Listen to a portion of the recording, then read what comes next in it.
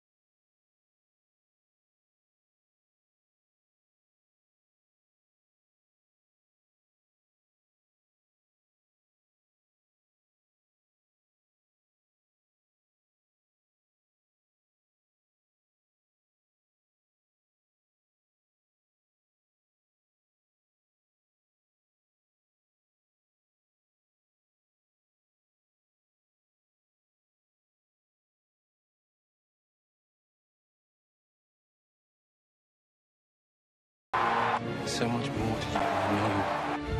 Not just pain and anger. There's good in you, too. We have it in us to be the better man. We already are. 2 superpowers want to start World War III. Ready for this? Let's find out. The real enemy is out there.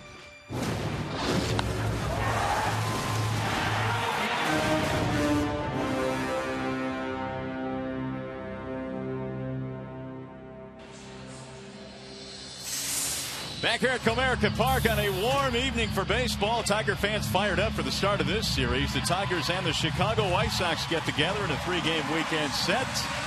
And if the Tigers combine for 3 or more home runs in this game, bring a copy of the box score to a participating Arby's location tomorrow and get yourself a free small order of curly fries. Here's the starting lineup for the visiting Chicago White Sox, presented by the Metro Detroit Chevy dealers. Juan Pierre leads it off in left, followed by Alexi Ramirez and Paul Konerko.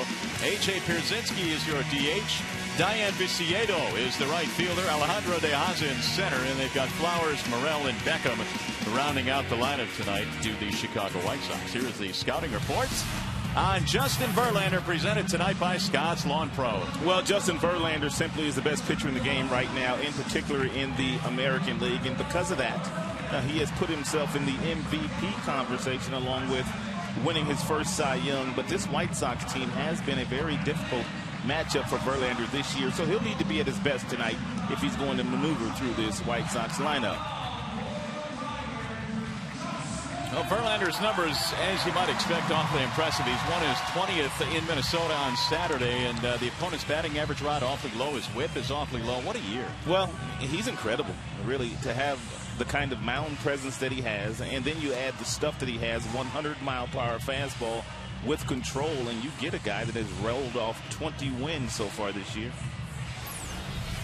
Let's take a look at the Tigers defensively behind Justin Verlander tonight. It is always presented by Beaumont Health System. Young, Jackson, Ordonez in the outfield. Inge, Peralta, Santiago Cabrera in the infield. The youngster, Alex Avila, he's behind the dish. He's been an Iron Man this year for the Detroit Tigers, an all-star. Alex Avila again behind the plate here tonight, catching for Verlander. And a lot of excitement around the ballpark here tonight. Tigers have a chance to really damage the chances of the Chicago White Sox if they can control this series. By the way, this game is available in high definition on Fox Sports Detroit HD, sponsored by Xfinity from Comcast. All right, here we go. The Verlander show is on tap here, and it'll be Juan Pierre, Alexi Ramirez, Paul Konerko in the first inning for Chicago. The White Sox come in having won 5 of their last 6, 5.5 back in the Central. And Pierre, batting .283, leads it off against JV. Here's the first pitch of the ball game. It's a strike called by home plate umpire Tim Timmons. And Pierre only hitting .283 overall, but hitting .354 against Tigers pitching this year. He's been good. Very difficult to strike out as well. He puts this one in play to first base, but foul. Then it's 0-2 on Pierre. Want to keep him off the bases. A very good base stealer. Well, his numbers are high. He's been caught a few times, but he certainly is the catalyst to their offense, which looks a little bit different these days than it did the last time we saw the White Sox. No Adam Dunn, no Rios in there either. Ground ball to third. Inge will surround it. Quick throw in time. One gone. And Brandon just has fun playing third base. Very acrobatic at that position. He can throw off either foot, and most of the time the throw is going to be accurate over to Cabrera. 1 up, 1 away. That'll bring up Alexi Ramirez. .262 this year for Ramirez. He gives them a little bit of power in that 2 spot. He's hit 13 home runs. Free swinger. And he likes to swing at the first pitch. I'm sure JV's aware of that because he has seen the Chicago White Sox team quite a bit the last couple of years and really throughout his career. Ramirez stands up in the box. His back foot is nowhere near the back chalk line. He must feel like he can get to that 100-mile-per-hour fastball even though he's not standing as deep as he possibly can. Popped him up. Shallow center field.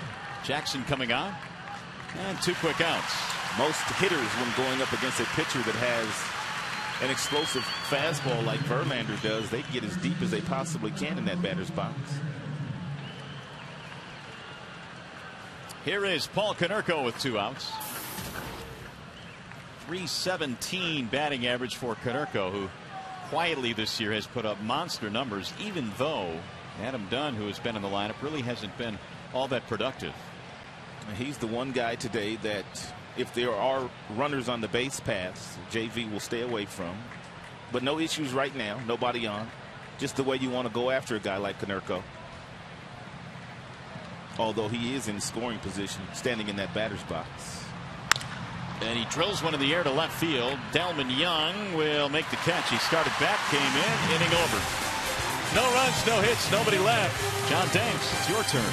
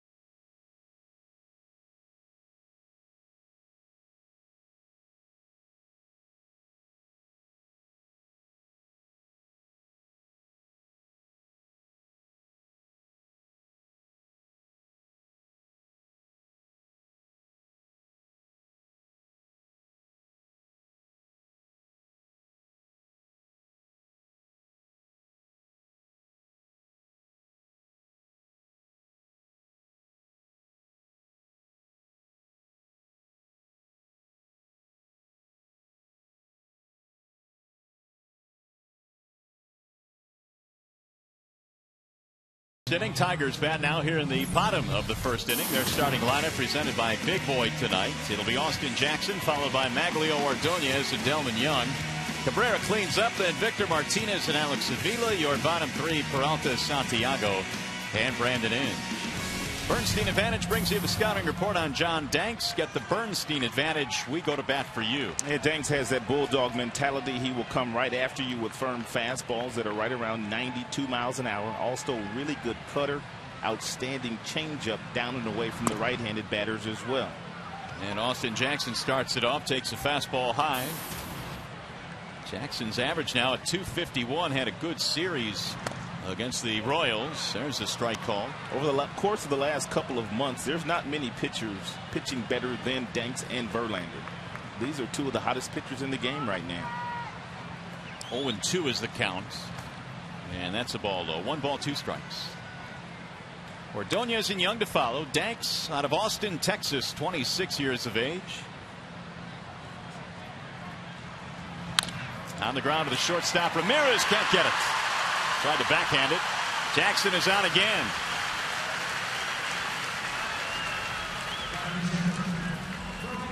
He's going to bring up Ordonez, who had a big day yesterday. That he did. He had 3 hits in the game yesterday. He doubled, he homered, he singled, he stole a base. He stole third base, as a matter of fact, the first time a Tiger had stolen third base this year. Outstanding day for Maglio, and couldn't have come at a better time.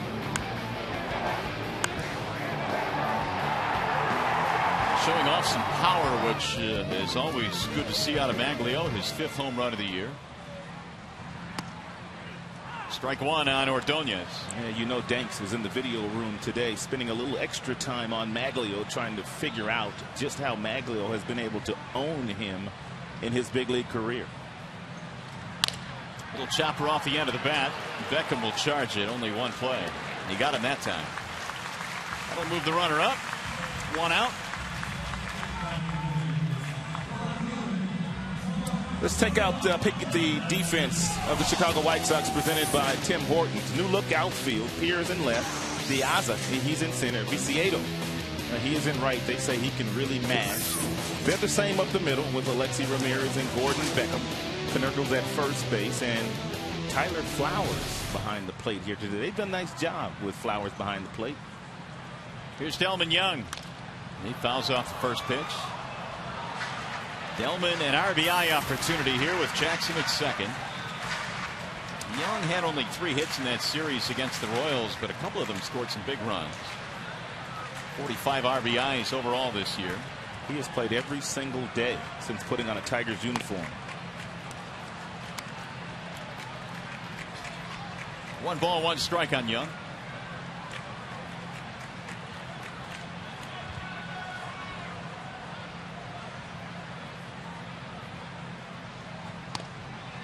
There's a strike call. Well, since joining the Tigers, Delman Young, with runners on, hitting .333. Yeah, he's not all that interested when the bases are empty. RISP .368. And he drives this one high in the air to center. Diaza going back, still going back, off his glove. Jackson headed to third.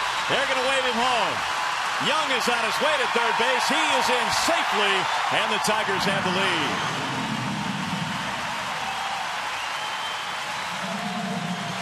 Boy, did that ball carry. Delman came in to play today with a career .344 batting average against the Chicago White Sox pitching in. Take a peek at this little cut fastball. It's down, and he absolutely murders this ball to center field. Diaza ran forever. He got there, but he couldn't corral it, and that allowed Delman to get to third, but not before Jackson was able to score on that play. A triple and an RBI for Delman Young, and the Tigers have an early 1-0 lead. Jackson comes around to score yet another run. Here is Cabrera now. The infield coming in a bit, and it's rolled foul. Diaza ran a long way to get to this ball. Then he got to the warning track, and he had to redirect his route just a little bit, and the ball trickled right off the glove.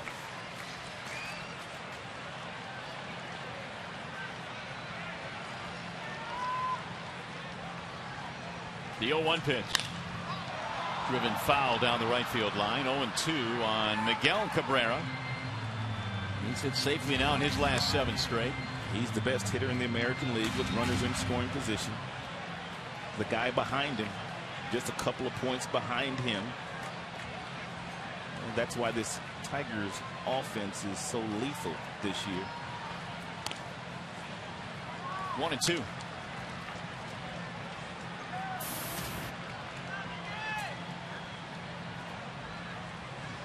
.349 against the Chicago White Sox this year with 4 home runs against Sox pitching. Bouncer back up the middle. It'll find a hole. Base hit. RBI for Cabrera. Young scores, and it's 2-0 Detroit. Tigers offense kind of picking up right where it left off yesterday when they had 8 runs on quite a few hits, but they didn't win that ball game. And this offense has some length to it. Cabrera, knowing the infield's in, takes what's given. Base hit right back up the middle. 86 RBIs. Delman Young certainly has helped cushion the blow of the injury to Brennan Bosch. He had a big triple and an RBI in the inning. Now Victor Martinez. Runner goes. Cabrera's on the move. Here comes the throw from Flowers. He caught him by surprise. He's safe. It's a good heads-up call by Jim Leyland. Cabrera does not have the green light. Therefore, that came from Jim. He felt like Danks wouldn't throw over, and he didn't. And Cabrera gets a great jump off first base, and he's able to steal that bag. Go, big man, go. What in the world is the world coming to? Maglio Ordonez stole third base yesterday, and he was safe. And Cabrera today. And 2 things you don't see very often.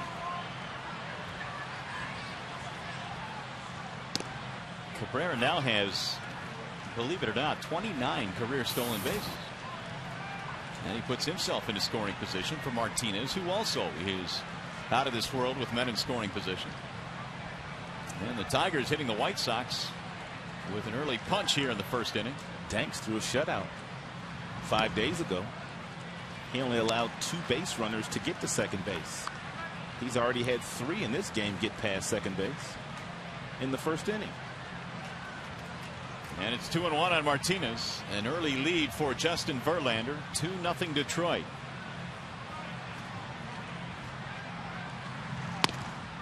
There's a strike call. 2-2 on Victor. Avila will be next. RBIs in the inning for Young and Cabrera.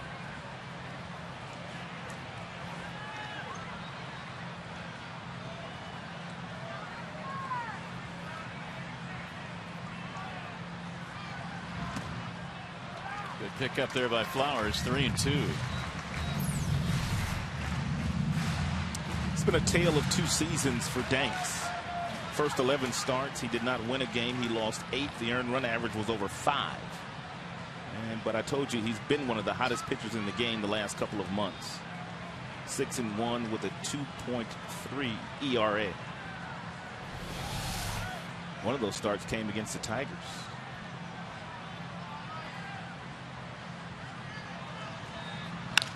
On the ground to the shortstop, Ramirez.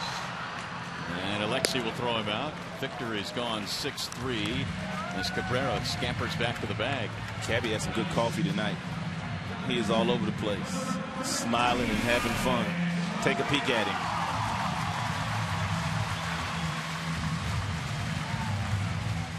Always plays the game with a smile on his face. Here's Alex Avila. Good or bad, but there's never really too much bad regarding Cabrera. .381 this year against Sox pitching for Avila. .299 his average right now. A couple of hits in the series against KC. And he looks at a strike. 0-1.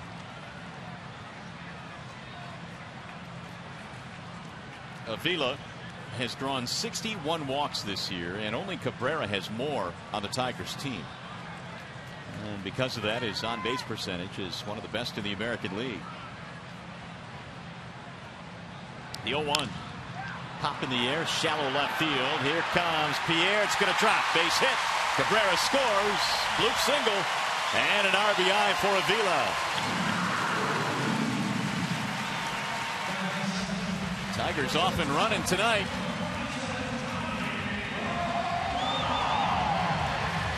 And they get Verlander an early cushion to work with. Avila gets his 66th RBI. And Verlander, despite the look on his face, which right now is focused, has to be thrilled with 3 early runs. Here is Johnny Peralta. He skies this one in the air to center. Deaza waiting under it. And that ends the inning. Tigers have a big first against Danks. It all started with Jackson reaching on a base hit.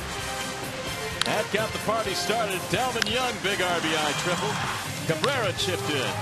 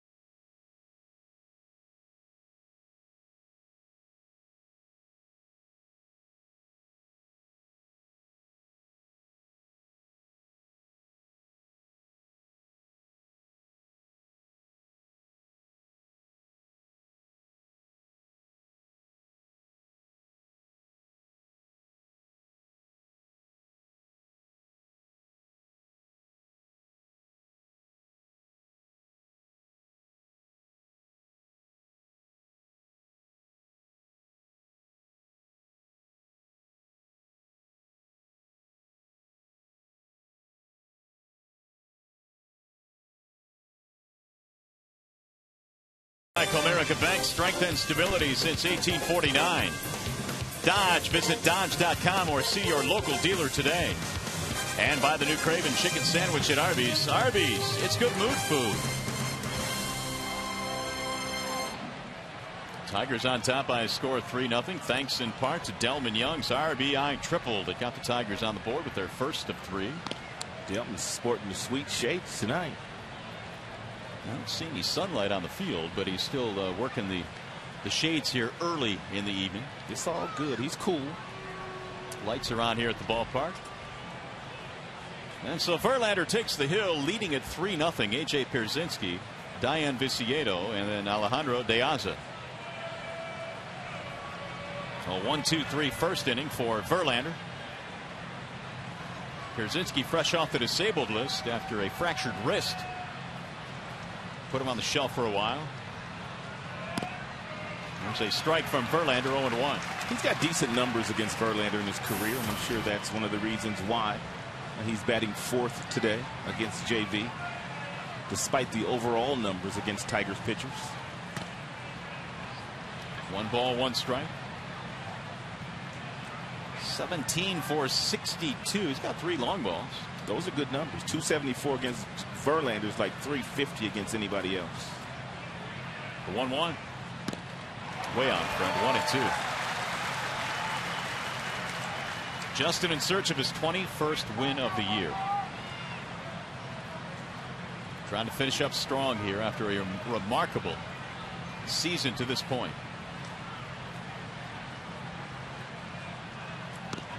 That sails outside. 2 balls, 2 strikes. And JV already mixing in all of his pitches here tonight.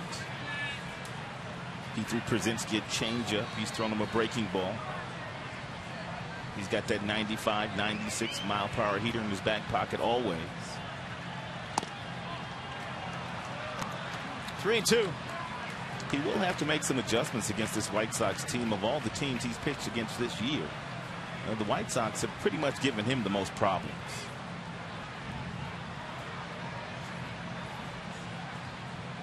Full count pitch.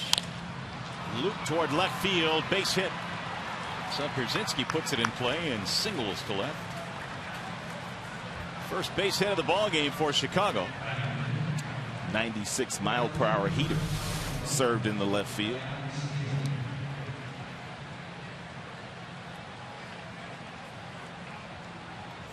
That'll bring up Dayan Viciedo, who was 7 for 13 after being called up from AAA Charlotte. They say he's got real power. Real power. Look at him. He's a beefy guy. Eric Hosmer kind of power. And we saw what he did the last couple of days here at Comerica Park. How good was he? Well, I think he's starting to show that he's going to be a force in this division, Hosmer, for a long, long time. Wow, was he good. He's going to give some opposing pitching coaches nightmares. Ball inside to Viciedo, who has 1 home run, 4 RBIs. Hit 20 homers this year at AAA. Part of the power that you spoke of.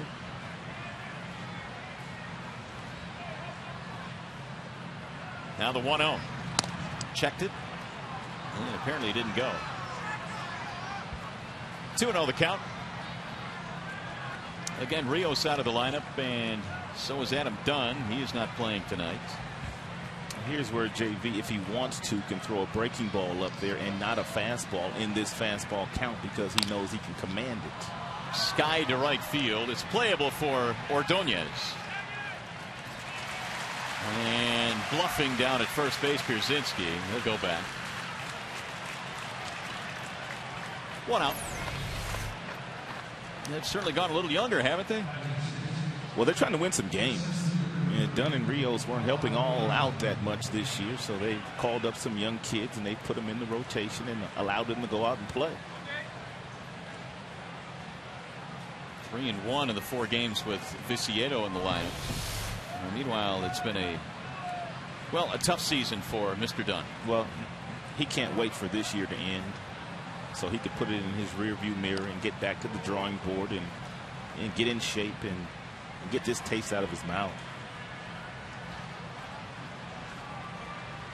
And neither can the White Sox, who signed him to a very large contract.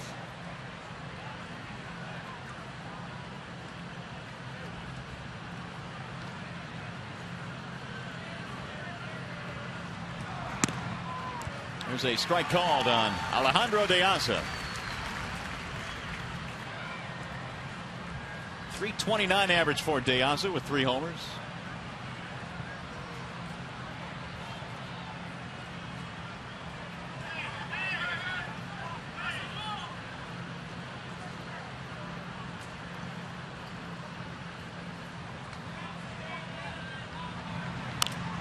Popped up foul, back out of play.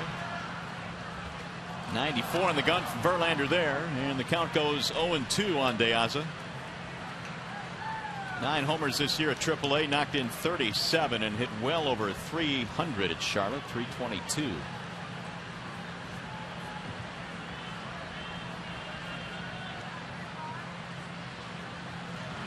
Swing and a miss. Down he goes. Verlander with his first strikeout of the game. And there are 2 outs. He's going to rack up a few strikeouts here today, because it appears that he has brought his A game, as he does on most nights. That's just a terrific breaking ball.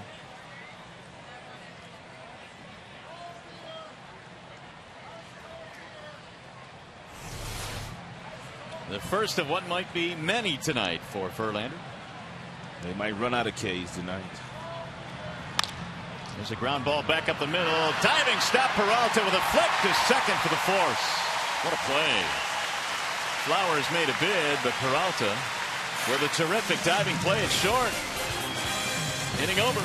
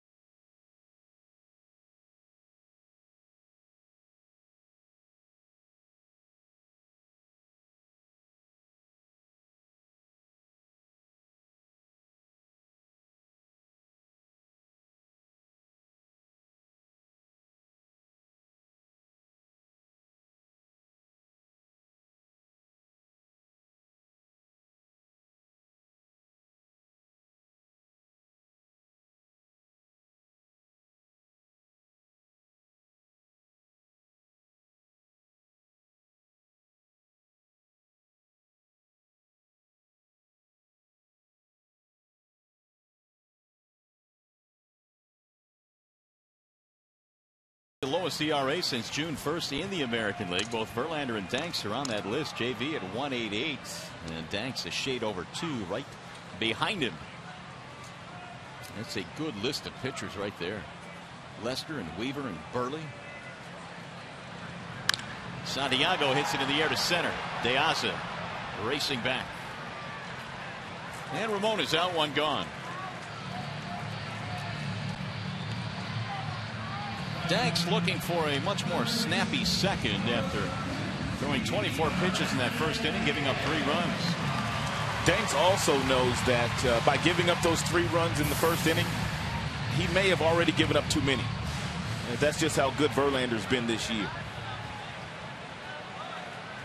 Here's Brandon Inge. 0 for 3 in the series against KC. And he looks at strike 1.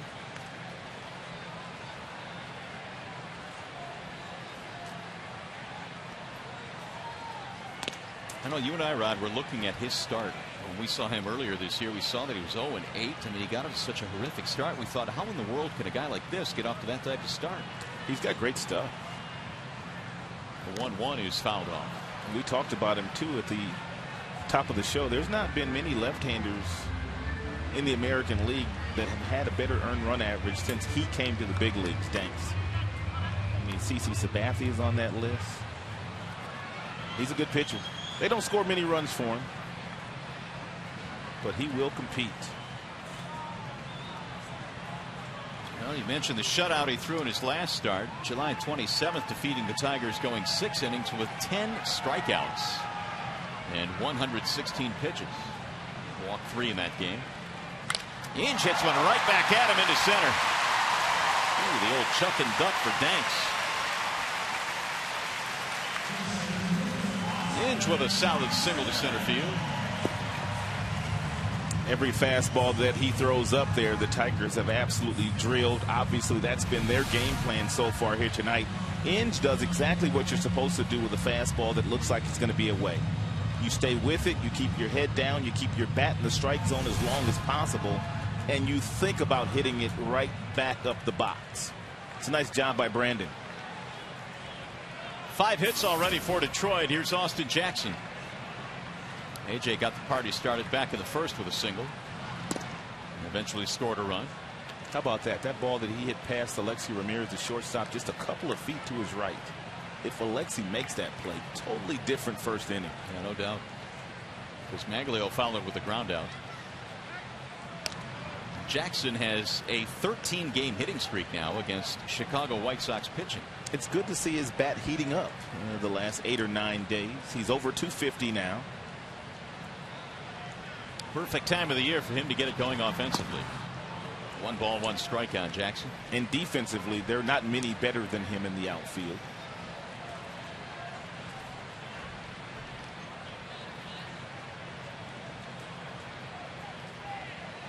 Wow. 10 for 20. With a home run on the homestand.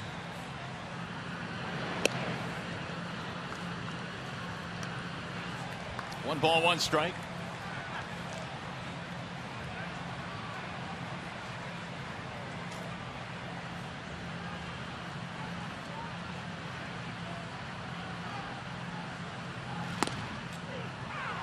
Up with the right hand goes Tim Timmons, and it's 1-2. Danks this year, we're talking about a slow start, did not pick up his first win until June the 6th when he beat Seattle. And he's been on a tear in the second half. But the Tigers roughed him up for 3 in the first tonight. Here's the 1-2. Just off the plate. 2-2 on Austin. Big 3-game series. Jim Leyland usually doesn't say a series is big or important, even in September, but he did today. He said, yeah, it's an important series. And we're down to 25 games or so. Drilled to center and a base hit. Inge will go to second, and Jackson now 2 for 2.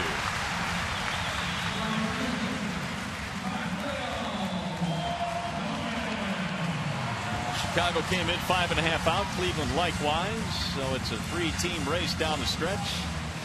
With September finally here. And good to see Jackson heating up. kick-starting that offense. 3-run lead, Verlander on the mound. It's been a good day. Don Cooper. He's chewing Danks out. Oh, yes, he is, isn't he? Man. And fighting word. Yeah, apparently so. He's not happy. Neither is that guy. Ozzy's team coming in had won 5 of their previous 6.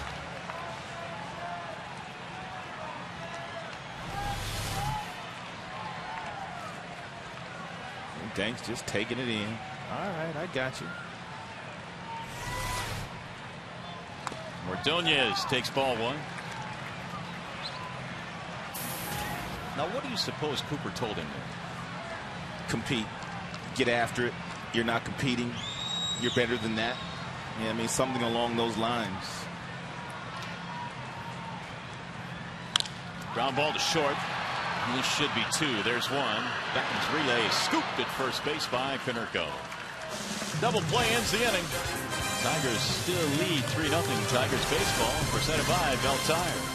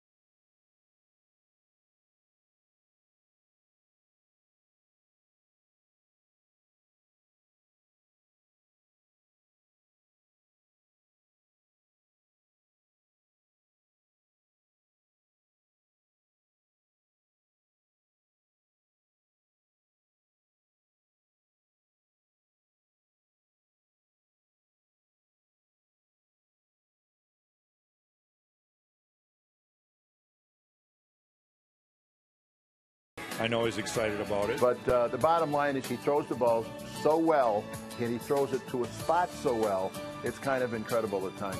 You know, you watch him pitch, you can tell he's having fun. It's a marvel to watch him pitch. I mean, the nicest thing about it is that he pitches quick. There's no screwing around. 2 great Tigers pitchers of the past. Denny McLain, Jack Morris, talking about a great Tiger pitcher of the present, Justin Verlander, who has a 3-0 lead as we go to the 3rd. And Verlander will face Brent Morel, Gordon Beckham, and Juan Pierre. 3 runs on 6 Tigers hits, no runs, 1 hit for the White Sox. Morel batting .250. He's had good numbers this year against Detroit, though. He's over 400. Verlander missing high with a fastball, 1-0.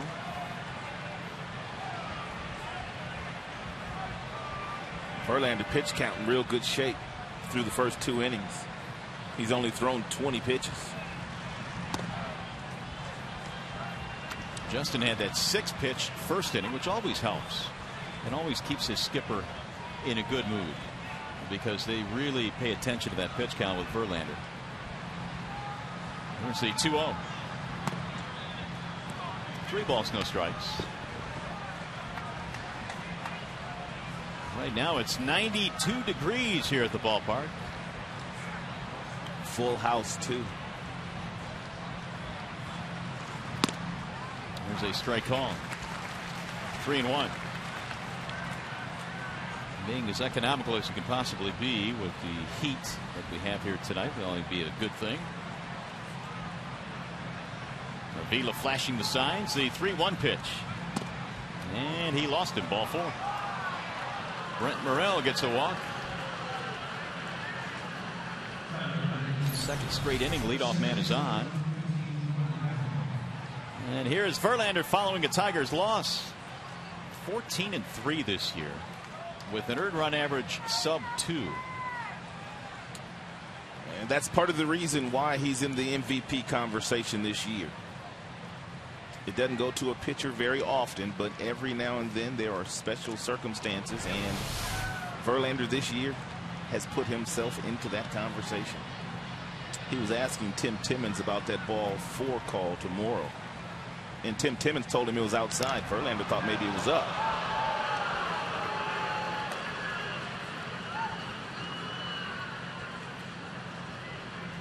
Gordon Beckham, the batter.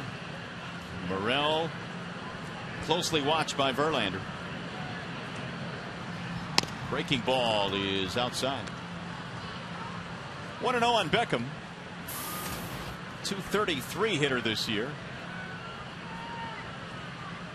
And mired in a 9.458 slump. Gordon Beckham, since putting on a Chicago White Sox uniform, has been very streaky. He came up as a rookie a couple of years ago and did well, but he really struggled mightily out of the gate the last couple of years and really hasn't been able to catch up.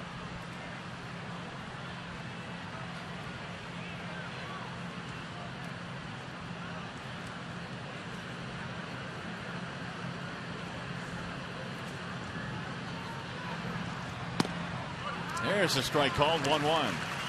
First round pick was Beckham back in 08. He went 8th overall that season. After a fabulous career at Georgia. Didn't stay in the minor leagues very long. So when he got to the big leagues, he was still learning how to play the game from a professional standpoint.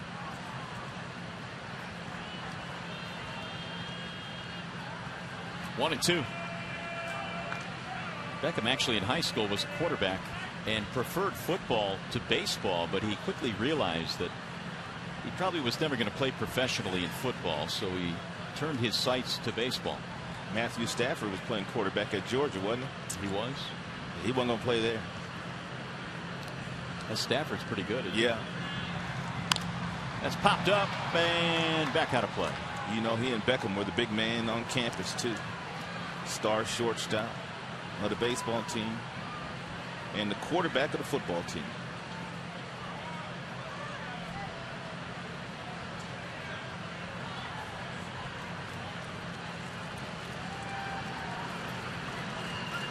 Morel draws another throw, but it bounces in.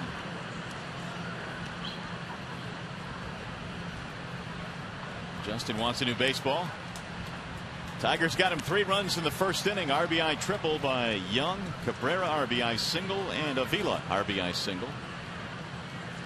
And the Tigers out to an early lead in game 1 of this 3-game weekend set.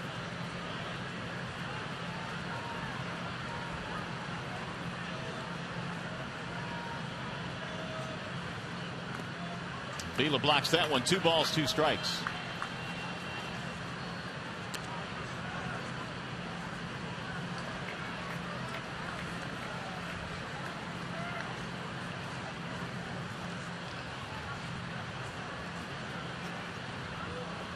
Well, Chicago plays here tonight. Cleveland is at Kansas City. Masterson going tonight for the Indians.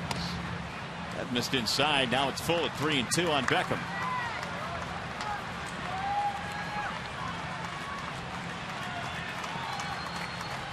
Juan Pierre waiting on deck.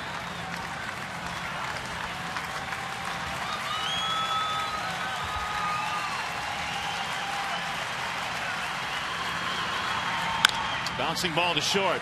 Peralta backs up, throws to second. One relay in time. The double play. Nicely done. 6-4-3. Ozzie Guillen usually starts his base runners in a 3-2 count regardless of the score, but Verlander has the ability to strike out just about anybody. Therefore, he doesn't start the base runner, and the Tigers get a double play as a result of that. Close play at first. Nice stretch by Cabby. Yeah, that was the difference. Beckham didn't agree. Verlander loved it. Base is empty now for Juan Pierre.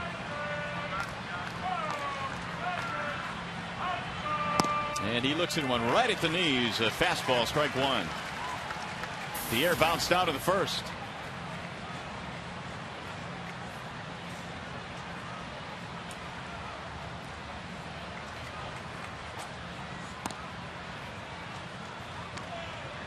Two for his last 13 for the Chicago leadoff man. The toughest to strike out in the American League. He strikes out every, well, almost 17 at bats.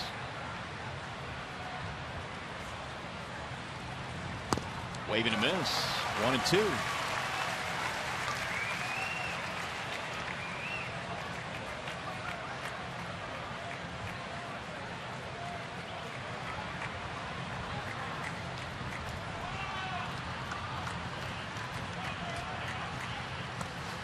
Breaking ball dips inside. 2 balls, 2 strikes on Pierre. 41 infield hits. Leads the American League. So does his 19 bunt hits. Still utilizing that speed that he possesses. And he's backed out of there as Verlander knocks him to his knees. 3-2. Ramirez would be next if Pierre reaches. Verlander early in this contest not able to find that consistent arm slot with his fastball, which would allow him to throw it efficiently over the dish. Shattered his bat and rolls it foul.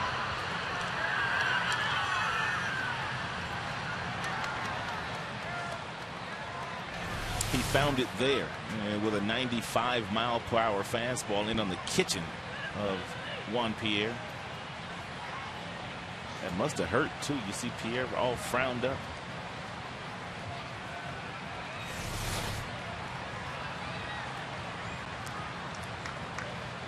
Three 2 on Juan Pierre.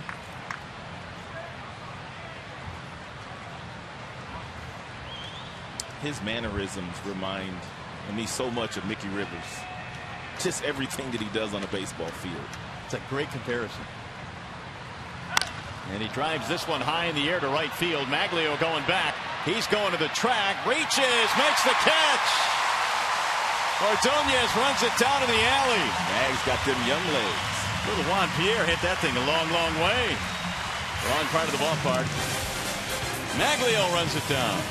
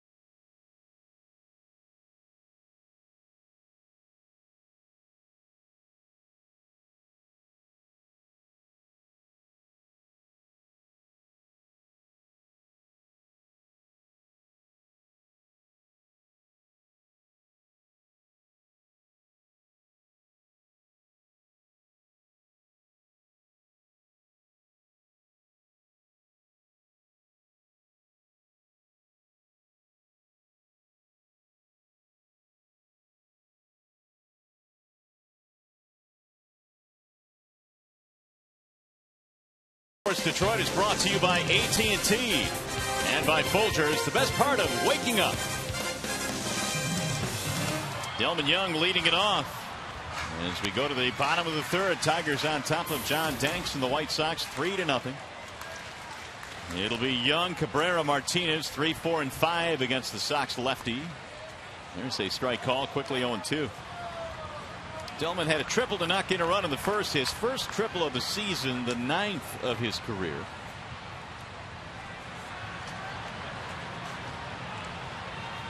Now the 0-2. Off the plate, 1 ball, 2 strikes. Young has hit 2 career home runs against Danks. And the ball he hit his first time up went to dead center field that De Aza ran 1.5 miles for it, caromed off his glove. That would have been a home run in just about every other park in the majors.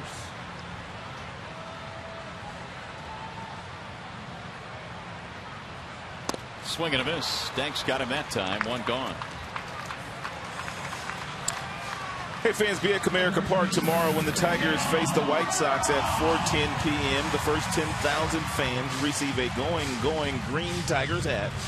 For tickets, call 866-66-TIGER or visit tigers.com. It's a great looking hat. Yeah. Sport that on St. Patty's Day. Perfect. There's a ball outside to Miguel Cabrera, singled and stole a base. Yes, he stole a base and knocked one in back in the first inning. Cabrera now has been on base in 29 consecutive games, which is the longest active streak. In fact, Avila right behind him at 28 straight. They've both been on tonight. High pop up, first base side for Konerko. 2 gone. I had a hard time not voting for Cabrera as the Tigers player of the month for the month of August. I voted for Avila, but was hard to deny Cabrera's numbers. Well, then Avila got 2 votes because I voted for him as well. I absolutely agree with you. It was difficult because I think Cabrera was hitting, what, 390? Somewhere around there. For the month. He had a great month. But Alex had a ton of walks. He had more home runs. On base percentage was wildly high. Here's Victor. Strike 1 on Martinez. And the stress that Avila did it in, playing just about every single day because Victor could not catch. Yeah, that certainly should count for something.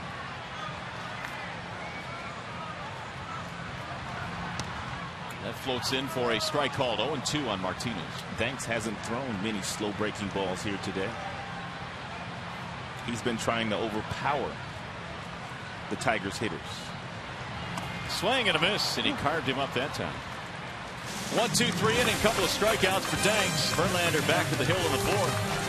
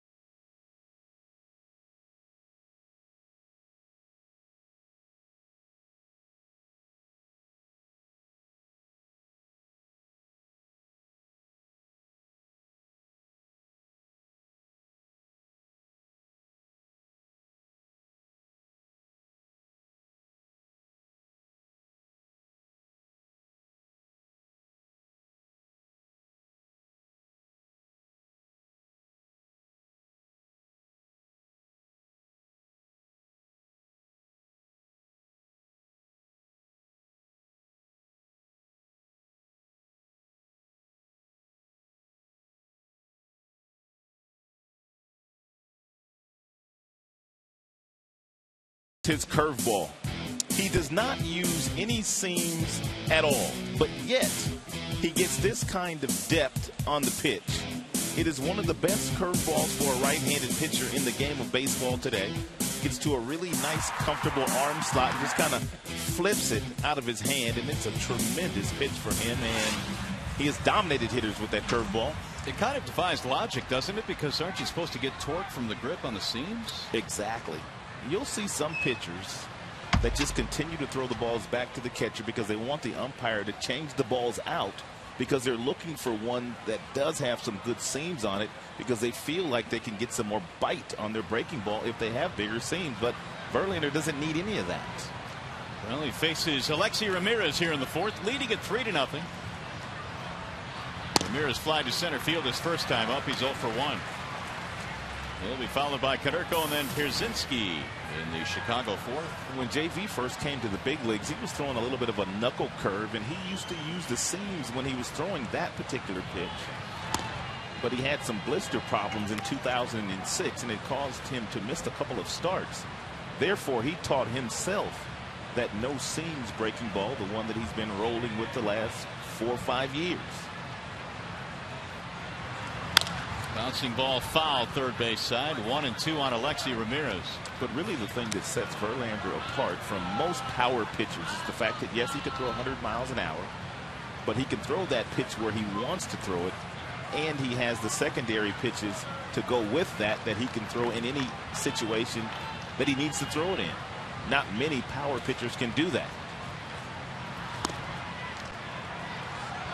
2 balls, 2 strikes. Verlander, for being a power pitcher, it's really incredible. He came in with 218 strikeouts and only 48 walks. He's ridiculous. The guys that throw 100 miles an hour are not supposed to have that type of control. Here's the 2-2, and it's ripped into right center field, a base hit. Leadoff man on again, and while we have a chance, let's check in with Shannon Hogan. Well, you know, I heard Rod talking about the hat, so I had to go find one myself. If you haven't seen these yet, this is what the first 10,000 fans are getting when they come to the game tomorrow. And really, this is a big push for the Tigers as we're in September now. And the Tigers organization want people to know their slogan as we move forward in the division is every game counts and every fan counts. So that's why they're giving away these cool hats tomorrow. And I'm sporting this very lovely shirt today. And also for the kids on Sunday, it is Kids Day. They're getting the lunchbox on Sunday, all kids under 14. Mario and Rod, I'll send it back to you. All right, Shannon, thanks. That's quite an ensemble you have going there, although it clashes a little bit. It does clash a little bit. I'm going to take the hat off. I'll keep the shirt on with the hassle. It's more St. Patrick's Day, I agree. You go, girl. Yeah, keep the shirt on. 1 strike on Paul Konerko. St. Patty's Day, yeah, that definitely will work nicely. Yeah, we'll be down in Florida, bellied up somewhere. And the runner back as Ramirez draws the throw. Verlander, even though winning by 3, has really paid a lot of attention to the base runners, and it's a good thing because last half inning after walking Brent Morrow, he kept him at first base, and that allowed him to get 2 off the bat of Gordon Beckham. 1-1 on Konerko. And Konerko would be a double play candidate. He is that. He's had another nice year. He just puts up really good season after season in a White Sox uniform, and this year he really had no help at all. Swing and a miss. 1-2. I mean, Carlos Quentin has had a nice year, but other than those 2, their offense has been spotty. Here's how consistent Konerko has been. He has had 12 seasons of 20 or more home runs, including this year. He has 28 and hits over 300. 317 coming in tonight.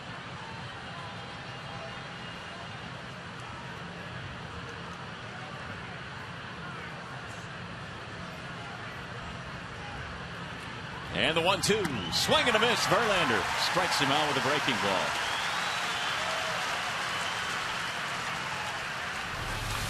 There's that curveball that we told you about that Verlander can throw just about wherever he wants to throw it. Perfect location. Disguised as a pitch that's going to be up in the zone, and only to start your swing and then see the ball dip right below your bat head. Here is A.J. Pierzynski, who singled in the second. White Sox have put the leadoff man on in each of the last 3 frames.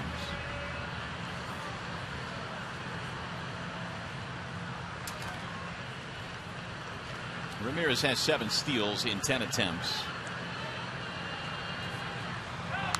Fouled straight back, 0-1. Mentioned that Brzezinski was just taken off the disabled list with a fractured wrist. It was the first time in his major league career he went on the DL.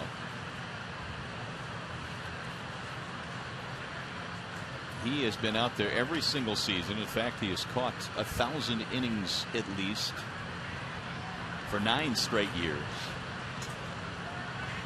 Very durable. Ball inside. 1-1 on Brzezinski. AJ sporting a new mustache. Flashback of the 70s.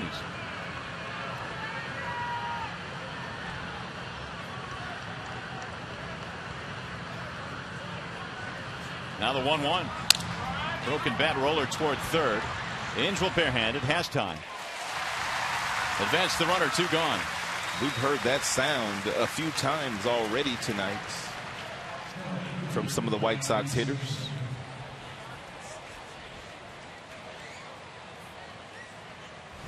We'll hear it one more time. Pitchers love that sound. Hitters not so much.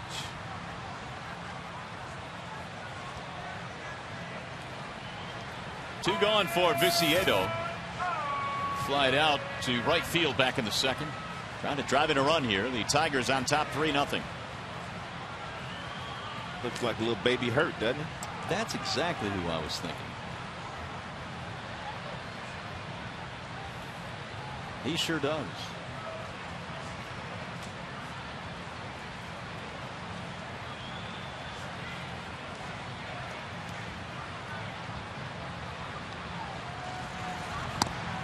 There's a strike call. Was there a more intimidating presence at the plate than Frank Thomas? There weren't too many. Not when he was in his heyday. 6'5", 270, winning batting titles. Incredible talent. Verlander wants Avila to come out. Strike 1 on Viciedo. You know, Verlander wears number 35 because when he was a kid, he enjoyed Frank Thomas so much. That's why he wears that number.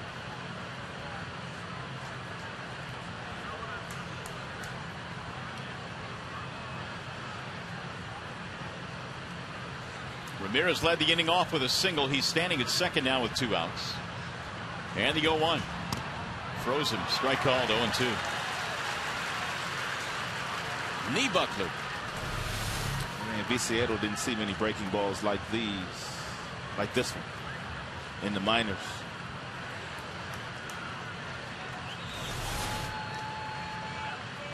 Where he hit 20 home runs this year, knocked in 78 at Charlotte.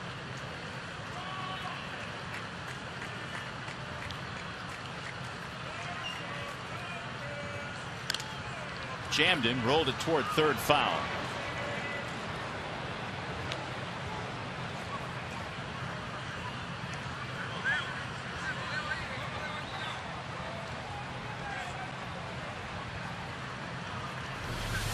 How did he hit this ball?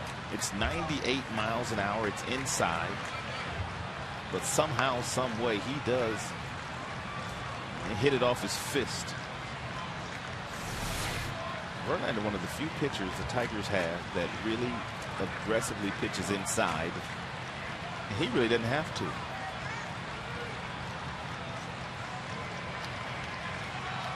Well, he's got Viciedo set up 0-2 here.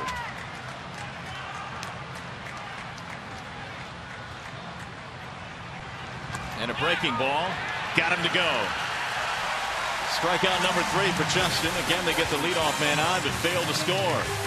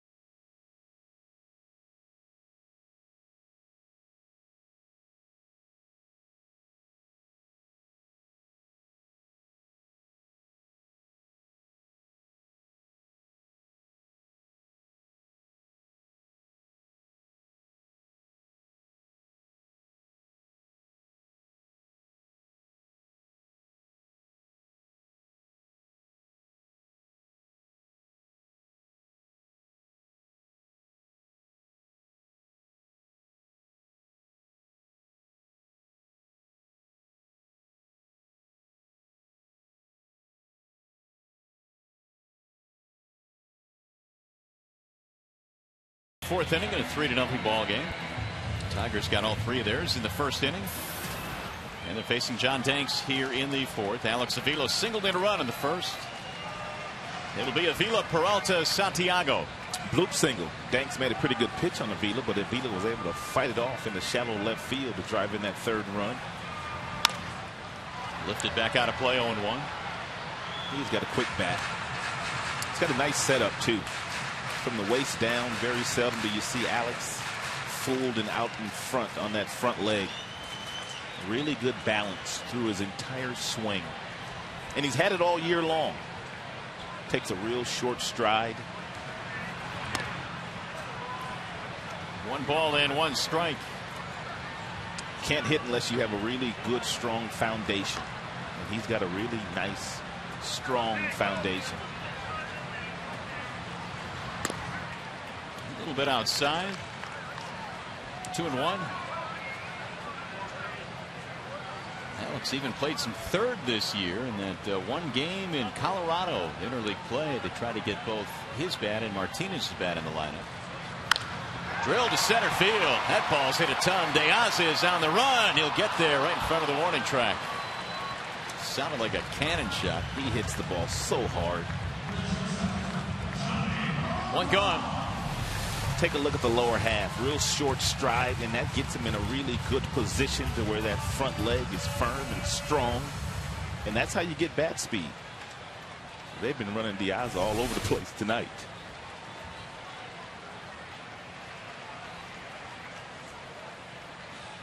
Here's Johnny Peralta. Tigers have 6 hits, only 2 for the White Sox tonight. In there for a strike.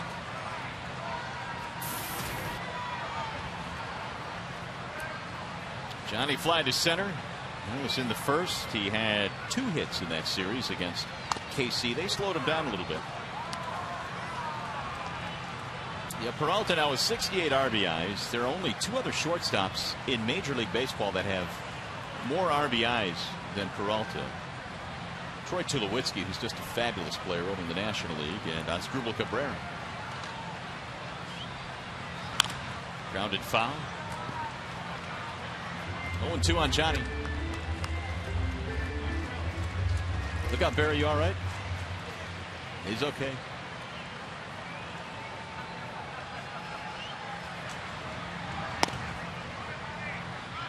One and 2.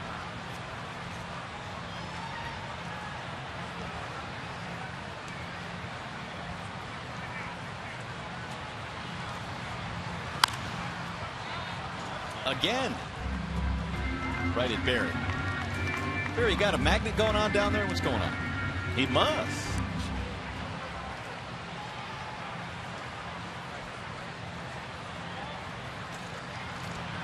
Swing and a miss out in front. And Peralta's out of there, 2 gone. That is the 3rd strikeout for Danks. How about our trivia tonight? It's courtesy of AT&T. Since Cabby stole a base earlier in the game. Since the start of 2007, what 3 players have 200 or more steals? Cabrera's not going to be one of them. I'll give you that hint. Since the start of 2007. That's either league, I would guess, right? Correct. 200 or more steals. One's easy. I got the first 2. Couldn't get the third one. You got the first 2? Yeah, I got the first 2. Santiago is hitting. Of course, we have the advantage of looking at the stat sheets every day in both the American and National League and seeing who's leading in certain categories. That helps. Ramon fly to center field back in the second. Yeah, but that's just for this year. Well, that's back to 2007. True, but it gives you an indication of guys that are fast. High pop up. Third base side. Morel can't locate it. Now he does, and he makes the play. 1, 2, 3 go the Tigers. Wasn't easy, but Morel got there.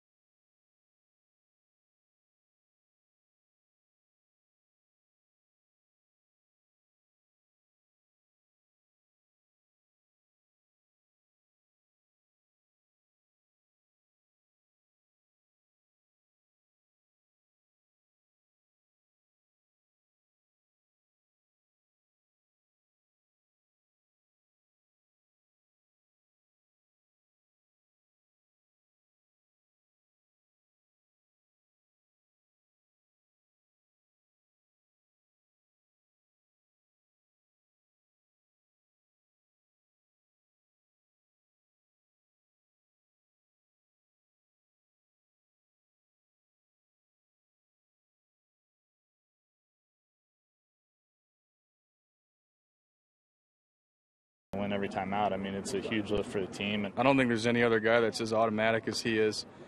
Every day he throws, it's just, I mean, you feel like you could throw a no-hitter or a perfect game. No team wants to face him, and that's just being honest. I mean, you can ask any other team. They don't want to face him. Some of Verlander's teammates and their thoughts about playing with Justin Verlander, who has had a few 95 or higher pitches already in this game, 17. Verlander is definitely one of those guys. If you're the opposing team and you know Detroit's on the calendar in the next week or two, you start to count the days to see if you're going to miss Justin Verlander. And you hope you miss him. No such luck for the White Sox tonight as De Aza leads it off, then Flowers and Morel here in the fifth. 3-0 Detroit. Showing bunt, strike one. De Aza struck out against JV back in the second, and Verlander has fanned 3 in this game. So he continues to add to his league high total.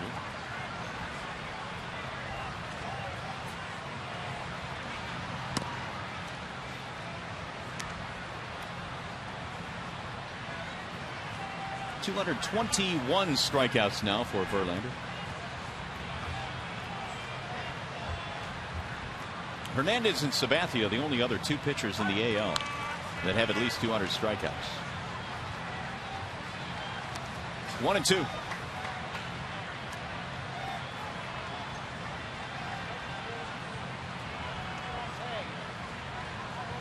De Aza hit his first major league home run against the Tigers. That was back in July. Hit it off Max Scherzer.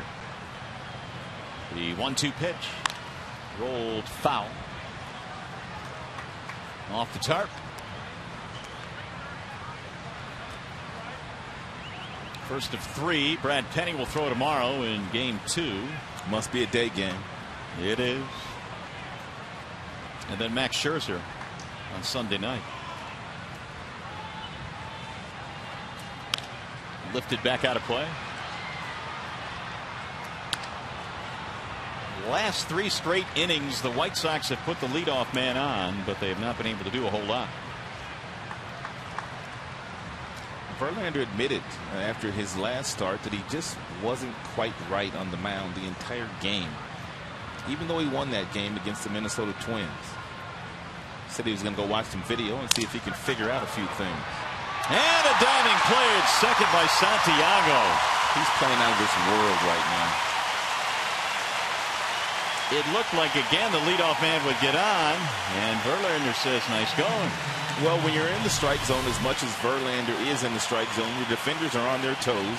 He's off at the crack of the bat. He dives, he sprawls, and makes a really nice play. He's given the Tigers a lot of energy the last couple of weeks. No doubt. A big lift. Of course, he had the walk-off the other night. Spectacular defensively. Shortstop by trade, but he's playing some tremendous second base these days.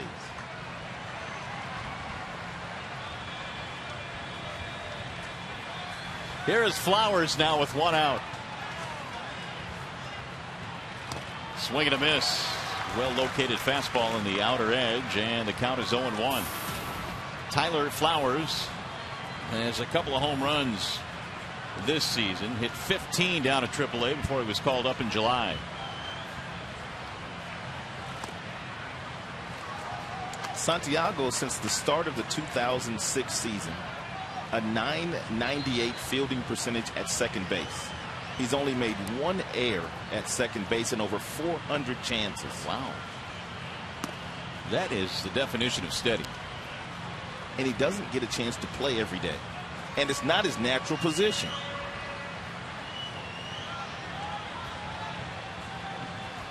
Add it all up, and he's quite a piece to the puzzle. Breaking ball and a dandy. 2-2 on Flowers.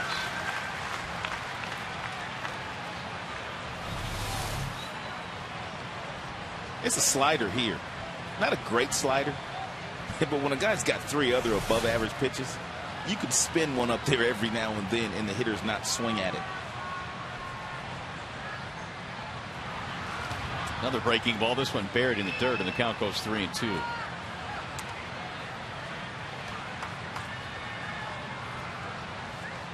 On deck, Brent Morel.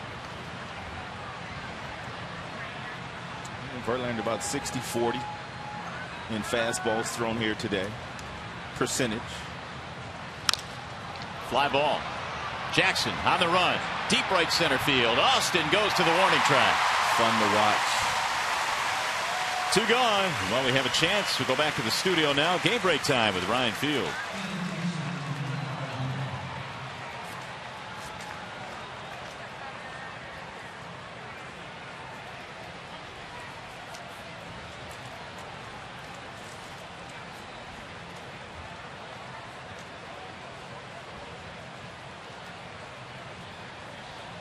All right, Ryan, thank you very much. We'll certainly keep our eyes on that one. The other game that is interested the Tigers tonight.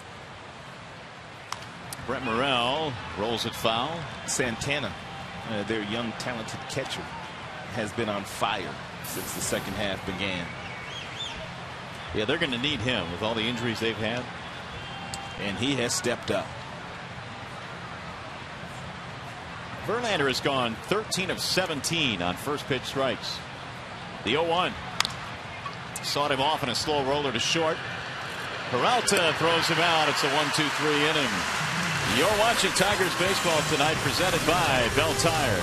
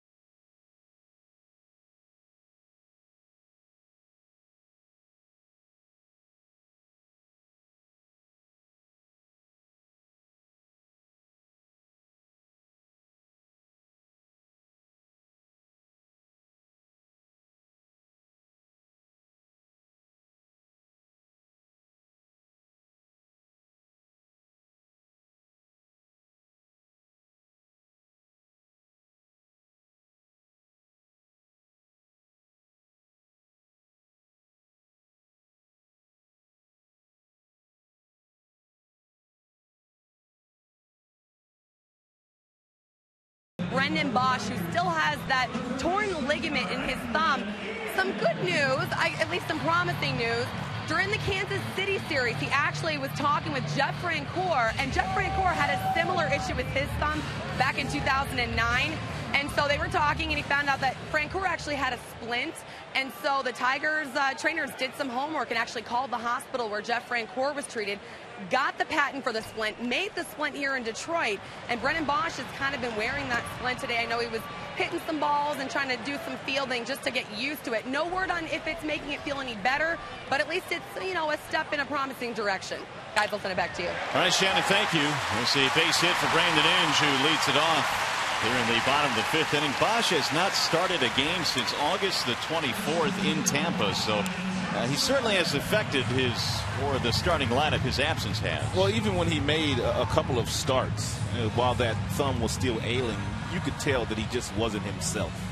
He just was not swinging the bat with any authority whatsoever. So maybe the little device that they do now have will help him out. Thanks to Jeff Francoeur. He did take some swings today. I don't know how it went for him, but he was swinging the bat today. Jackson waves and misses. Of course, the other guy the Tigers are waiting to return will certainly bolster the bullpen, and that would be Al Albuquerque, who's going to Toledo to pitch tomorrow. And so his return is imminent. There's Mr. Albuquerque, who's been out with a concussion. Toledo has 3 more games remaining after today. That's bunted foul, 0-2. So the minor league season is winding down, but they'll have just enough time to get Albuquerque down there and pitch against live hitters in a real game. And you really can't simulate that as much as you try. He's having a spectacular rookie season. A lot of strikeouts. 0-2 on Jackson. Outside, 1 ball, 2 strikes.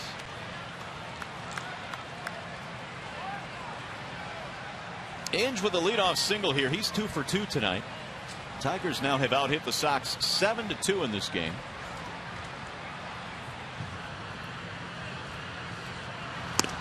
Ball high, 2 balls, 2 strikes. Danks has thrown a lot of strikes.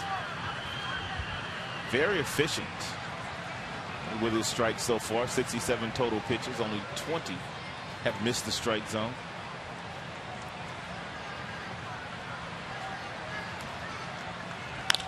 Driven to the air, deep into left field. Pierre going back to the wall, and it's out of here, gone. He's locked in right now. There is not a hotter hitter right now for the Tigers than Austin Jackson. Locked in. 9th home run of the year for AJ, and the Tigers expand the lead.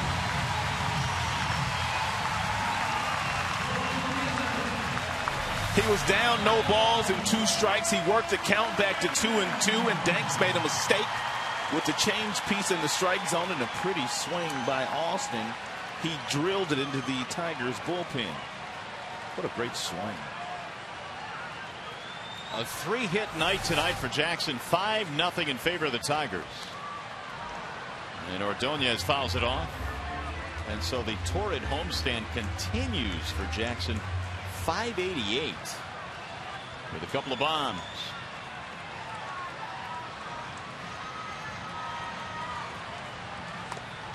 Big swing there by Maglio. 0-2.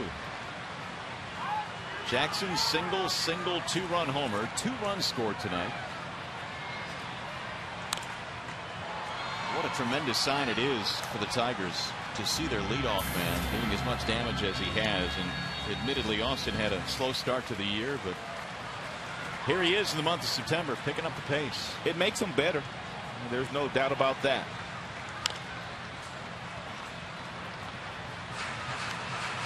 Well, there's no doubt the Tigers have the firepower in the middle of the lineup, but now you start putting the leadoff guy on consistently, and now your offense is rolling. He's also a stolen base threat, so that always puts pressure on the pitcher. Maglio hits it up the middle. A 2-strike single to center.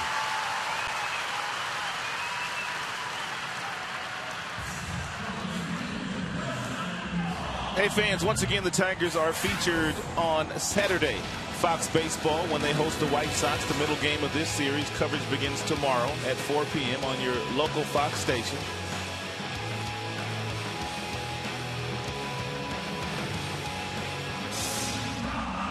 Don Kelly is the pinch runner at first base, so Maglio is lifted here in the 5th. Quick trigger tonight. Yeah, it's for usually Maglio. 7th inning or so. And you got a 5-run lead. Here's Delman Young.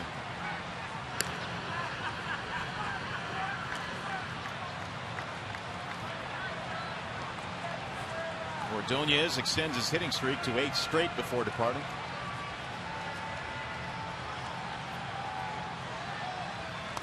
Swing and a miss by Delman. 0-1. It's a better change up there by Danks. He was able to bury that one at the bottom of the strike zone. You won't get hurt where he located that last pitch.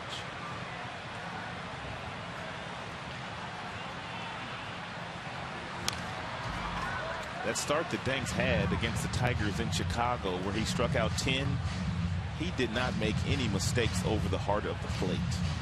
Today, he has thrown a lot of pitches that have gotten way too much plate, and you can't do that against a hot offense, and the Tigers are a hot offense right now.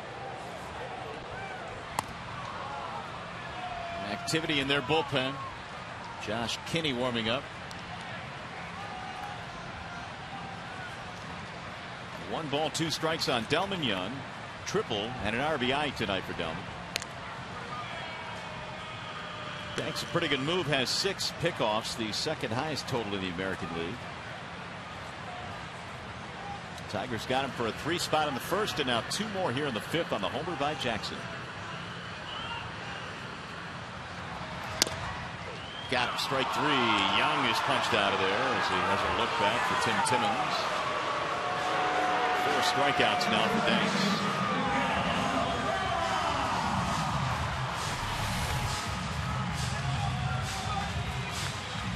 Look low. Fox Tracks also said it was low. There's Cabrera. It's the first out of the inning.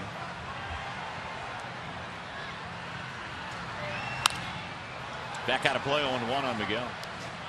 Tigers have out hit the White Sox tonight 9-2. And they lead 5-0. Trying to make a statement early on in this series here as they will face the White Sox over the weekend and then go to Cleveland.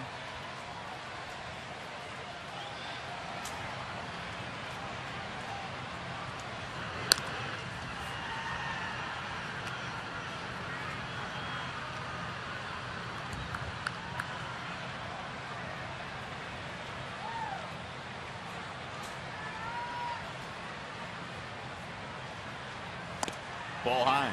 1 ball, 1 strike.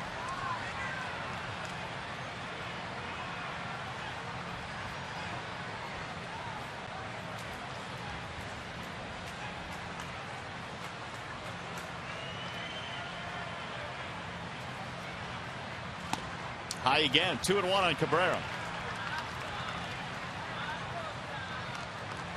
RBI single tonight for Miguel. He's also swiped a bag.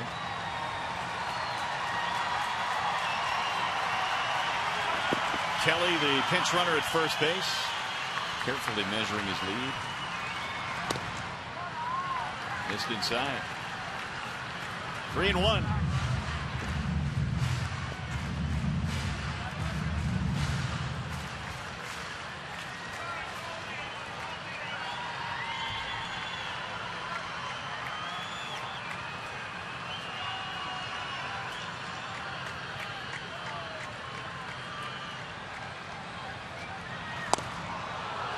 Good pitch. If you can throw a changeup and a 3-1 count to the big boys in this league, you can stay around a while. And it's a good pitch to hit, but it's just enough to disrupt the timing of Cabrera, who obviously and should have been and was sitting on a fastball. Bouncing ball foul, third base side. Kelly was on the run. He'll go back. Danks in his 2 previous starts against the Tigers this year had given up 4 earned runs in 12 innings. But he's been touched up for 5 here tonight. Jackson 3 hits, a 2-run shot.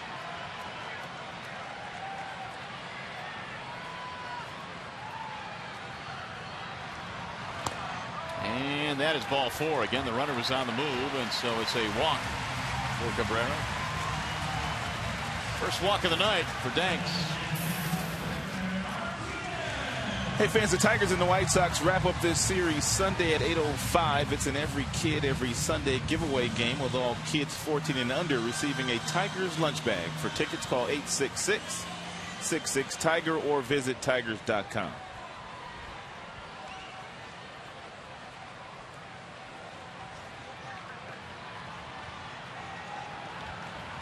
Here is Martinez.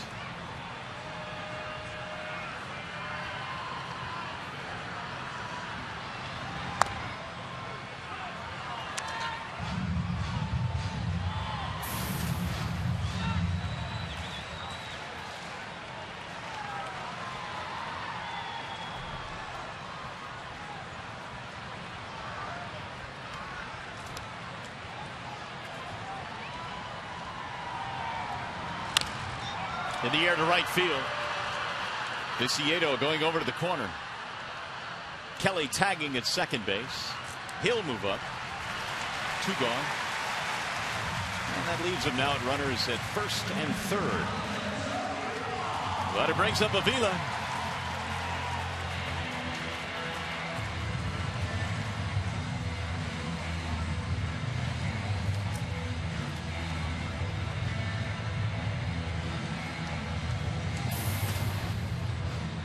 Single in run in the 3-run first inning. Avila also hit the ball hard his last time up to dead center field.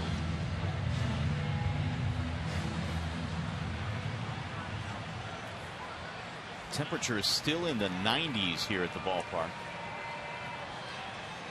And a scorcher here today in the Motor City.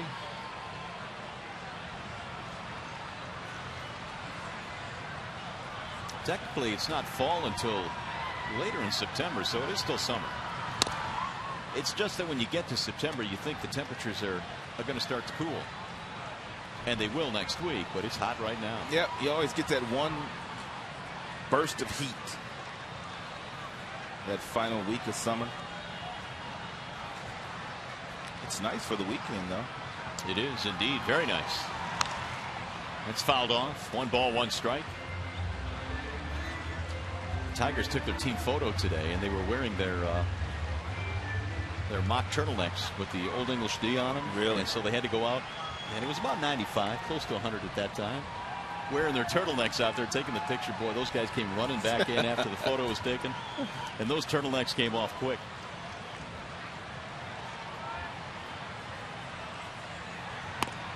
Breaking ball sails high. 2 balls, 1 strike on Alex Avila.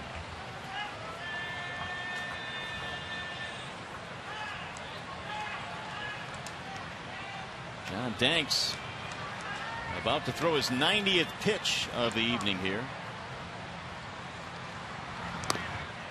And it missed. 3-1. Here you go. This was the scene here earlier today, Mr. Illich. And the Tigers 2011 team photo. Really sweating right there with those turtlenecks going. Looking good. Indeed. And hopefully at the end of the year we'll look back at that photo and say, what a team. There's a walk, and Avila now will load the bases with a base on balls. Tigers team doctors also on that photo. Dr. Lemos, Dr. Workings. Here comes Guillen. Looks like Danks' night might be done, and it is. So they go to the bullpen. We'll step aside. Bases loaded with Tigers, and 2 runs in. It's the Wallside Windows pitching change.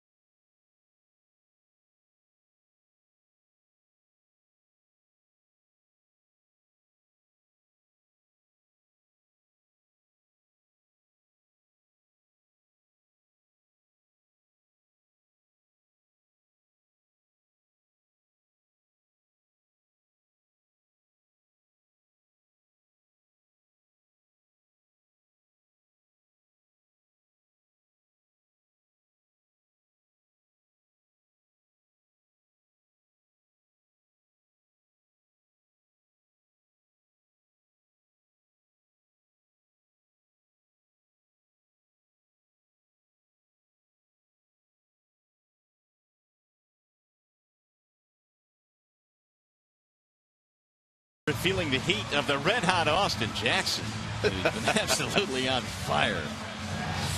By the way, you can vote for your Tigers McDonald's Player of the Game, presented by the Big Mac. I'm sure Jackson will get some votes using your cell phone. Text Tigers followed by a space and the player's uniform number to 37338, or simply vote online at foxsportsdetroit.com. Well, the Tigers have a 5-0 lead, but an opportunity here to bust it wide open. Yeah, John Danks, he just really did not have it here tonight. Threw a lot of strikes, but a lot of hittable strikes. Here's Kenny's minor league numbers. Really good earned run average at 277. 66 strikeouts in 61 2/3. That's one thing the White Sox absolutely love. They like power arms in their bullpen, and they've got a lot of them. So Kenny takes over for Danks. They are loaded up for Johnny Peralta. 5-0 in favor of Detroit as we play here in the 5th. And Johnny with the bases loaded. .353 career this season. He's 8 for 15. Well, this is a really good situation for Johnny because with 2 outs and runner in scoring position, he has done some of his best work in a Tigers uniform.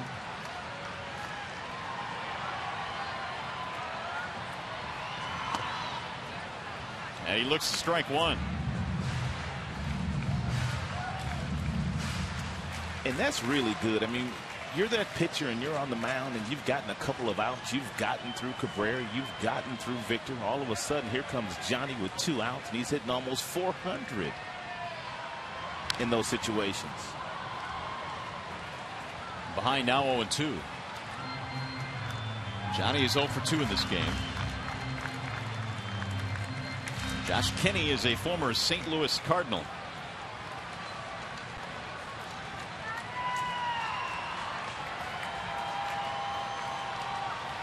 Trying to put out the fire here in the 5th and keep it manageable. Verlander has a 5-0 lead. Here's the 0-2. Good pickup by Flowers behind the dish. 1-2. And Verlander knows how to pitch with a 5-run lead. And that's one of the things that we talk about sometimes. And it happened to Porcello a couple of starts ago. He had a 7-run lead, I think it was, and he didn't make it out of the 4th inning. You have to learn how to pitch with a big lead, and the key to it is you continue to use your entire arsenal. Don't just try to throw the ball over the plate and let him hit it. Checked it. Didn't go. So says Jeff Kellogg. So it's 2-2. Peralta with a fly ball and a strikeout.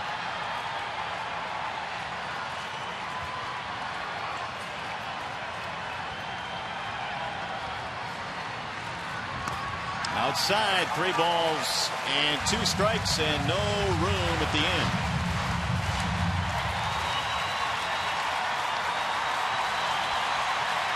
Danks gave up a 2-run homer to Jackson in this inning. All 3 of these runners are his.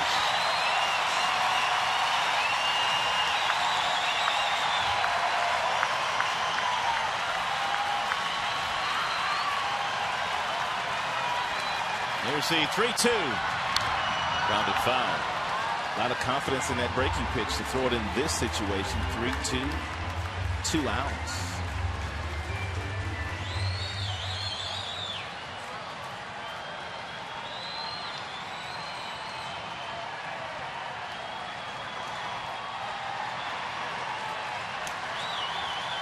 Let's see what he comes back with here. Again, a 3-2 pitch coming.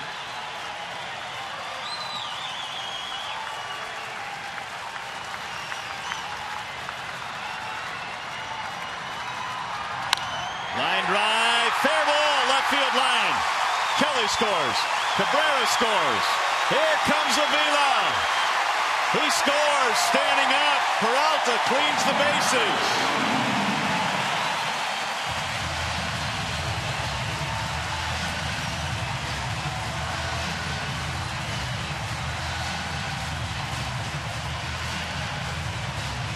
And the route is on. Yeah, that 389 batting average with the sacks full just went up a little bit more with this laser down in the left field corner. It's a breaking ball at 83 that was just hanging. Not a good pitch by Kenny and drilled by Peralta. JV now has an 8 spot to work with. Santiago flares one in the air towards center field for De Aza, and that is that. 9 men to the plate, 2 big hits of the inning, including a home run by Jackson, who has been absolutely red hot. Jackson, 3 more hits in this game.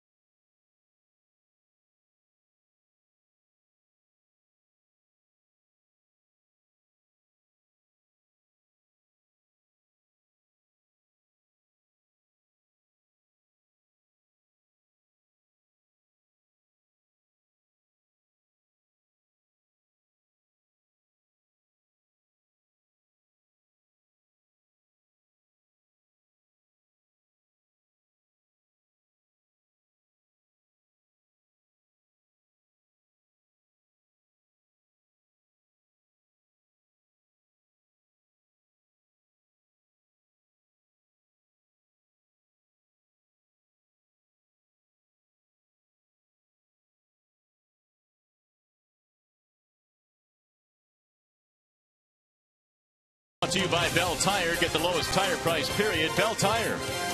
And by Nissan's Bottom Line Sales Event. Visit ChooseNissan.com or see your local dealer. Well, it's been a good night at the ballpark so far. Game 1 in this big 3-game series against the White Sox. All Detroit 8-0 behind Justin Verlander and some big-time bats. The Tigers 8 runs, 10 hits in this ball game. Johnny Peralta blowing it open with a 3-run double. And now Verlander back to work facing Gordon Beckham as we travel to the 6th inning tonight. Beckham looks at ball 1 outside. Beckham and then Pierre and then Ramirez. 0 for 1, a double play ball. Verlander's 1-0 pitch. Inside, 2 balls, no strikes. And John Danks had one other start this year where he gave up more runs than tonight. And that was a long time ago. Tim Timmons got me again. It's 1 ball, 1 strike. That's foul straight back, 1 and 2. He got the low trigger. Slow trigger, I should say. Well, both low and slow. It's just real hard to pick up. It's not very emphatic. Like Tom Hallion, who was here during the KC series. He let you know? Oh, he's really demonstrative. That's lifted back out of play. 1 and 2 on Beckham. Back-to-back days, the Tigers offense have put up an 8 spot. It's a beautiful thing when they get the number 14 rolling like he's rolling right now. That would be Jackson. Roll toward third base. Inge waits on the hop. And Cabby scoops it for the out. 1 gone.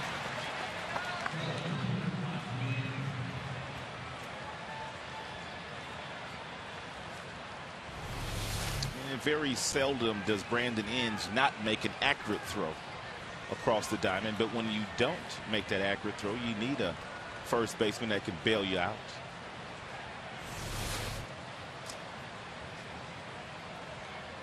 Here's Juan Pierre. Fly ball, ground out. Only 2 hits allowed tonight by Verlander. And Pierre takes the ball away.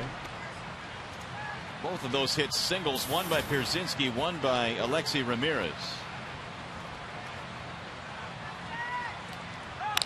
Ground ball to second. Santiago has it, and there are 2 gone. Trivia time. We've had a chance to think about the trivia tonight. Courtesy of AT&T, since the start of 07, what 3 players have 200 or more steals in that span? And you were looking at one of them, Juan Pierre, Michael Bourne, and Jose Reyes. I know what you're thinking. Where's Carl Crawford? He was the one guy that I thought was a lock. 199, so he was 1 short of making that list. Ramirez with 2 outs.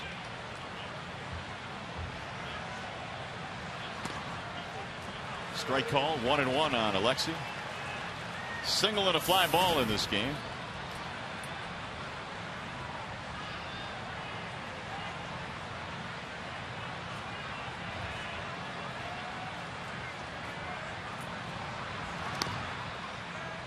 Two and 1. Verlander is going for his 9th straight win. He has won 8 consecutive decisions. Last loss was against these White Sox back on July the 15th. That's how long it's been since Justin has lost a game.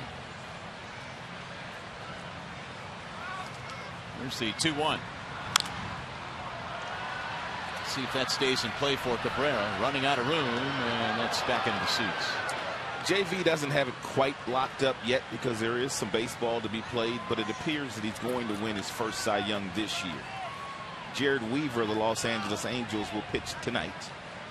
But in the month of August, Weaver had a couple of games where the opposition tacked the 7th spot on him. So he has kind of fallen off a little bit, whereas Verlander just continues to march on. 2-2. Fly ball right field. Kelly going to the corner. And foul ground, reaches in. And he almost made a really good play.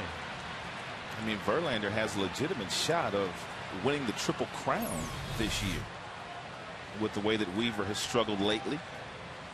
And that would be the most wins, the best ERA, and the most strikeouts.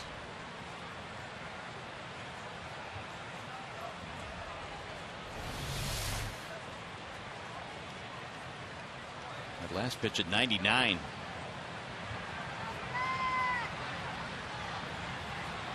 Here's the 2-2. Bender, see you later. Look out, JB. Man, oh man. Oh my goodness. He filleted Alexi Ramirez. A 1-2-3 inning. Try and hit that.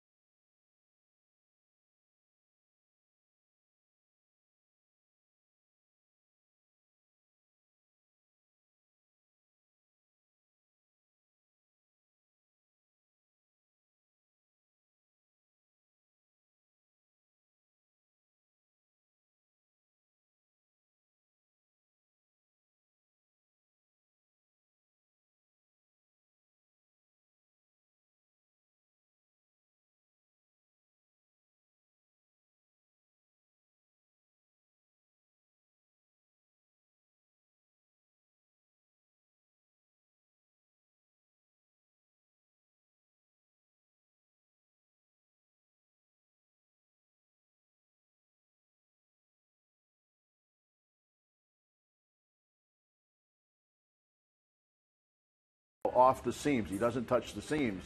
Well, I'm going to tell you, that's a pretty tough trick. And maybe that's the reason he's got as good a curveball as I've ever seen, with the exception of Koufax and Bert Blyleven with the Twins, who had those two guys just, I mean, they woke up throwing the ball and their breakfast, for God's sakes. But he's so close to having one of those curveballs whereby they could throw it for a strike at any time. Well, that's pretty good company to put Verlander in with the breaking ball. The words of Denny McClain. Yeah, he knew a little something about pitching, too. Last 30-game winner. Brandon Inge leads it off as we go to the bottom of the 6th. Ground ball, third base side, right at Brent Morel.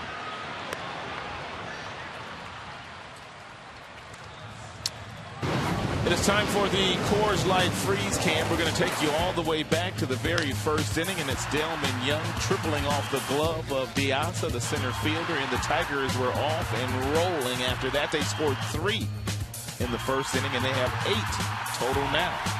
Coors Light Freeze Cam, always brought to you by your Frost Brewed Coors Light. Hit to third again. Morel recovers, and Jackson is out. First time they've gotten Jackson tonight. 2 gone. You think it's even remotely possible for anybody to win 30 again? I don't think so. Not with guys not pitching on, 3 days rest like they used to do back in those days. Denny McClain was pitching every 4th day. So yeah, he was getting 40+ starts a year. Yeah, Verlander, I mean, there's times where he pitches, on the 5th day of rest, and that's one of these times right now. But if you had guys that you like to use in that fashion every now and then, we might have a guy get to 30. Especially with the skill set that Verlander has. But you would almost have to win every single start. True. Here's Kelly. Swing and a miss, 1-1. Don came on as a pinch runner for Maglio in the 5th. Stayed of the game to play right field.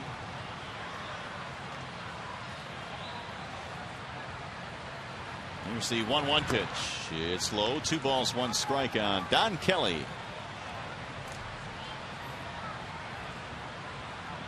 Delman Young would be next if Kelly is able to keep it going. And it's fouled back out of play. Hey, fans, stay tuned for Tigers Live after the game for post-game reaction, interviews, analysis. Tigers Live from the Coliseum Studios and at the ballpark here on Fox Sports Detroit. There's a bouncer back up the middle. Ramirez off his glove. And Kelly is safe.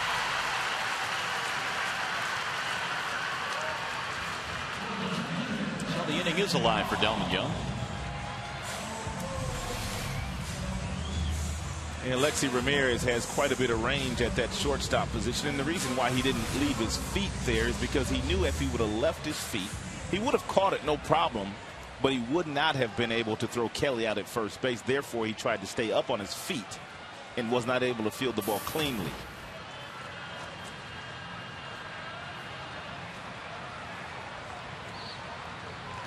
Delmon Young has fanned his last 2 times up, tripled in a run his first time up. The breaker is in there for a strike. Delmon comes into play today having done some of his best work in his career against Chicago White Sox pitchers. He came in with a .344 career batting average against their staffs. 4th best in the American League. 0-2. And he's a tremendous pickup. And when you add in the fact that Brennan Bosch, you don't know what you're going to get out of him the remainder of the way. The fact that they were able to get Delmon Young from the Minnesota Twins may be one of the moves of the year.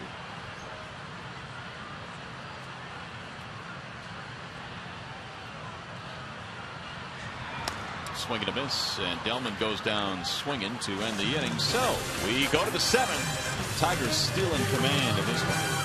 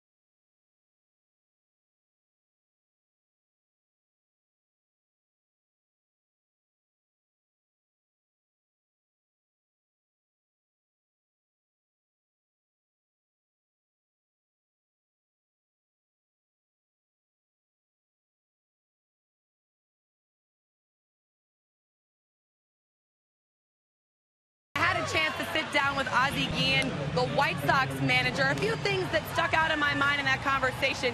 He says he wishes the White Sox had caught up a little sooner in this division race. He says he thinks if they were 3 games out, that they might be able to catch the Tigers and maybe surpass them.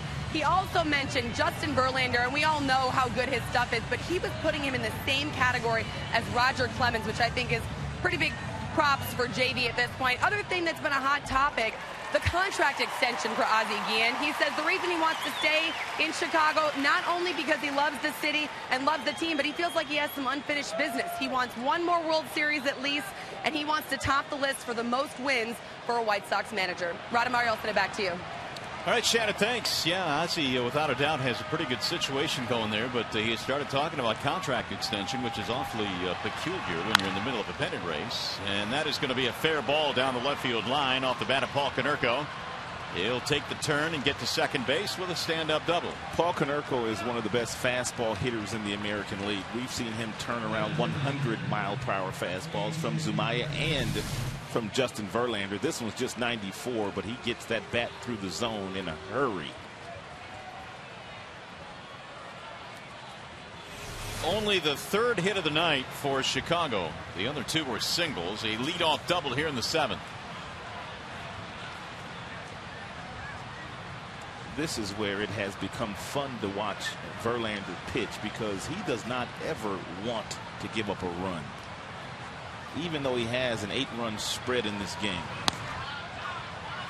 Strike one on A.J. Pierzynski, a single and 2 at-bats tonight. And he has the kind of ability and stuff to strike out the side.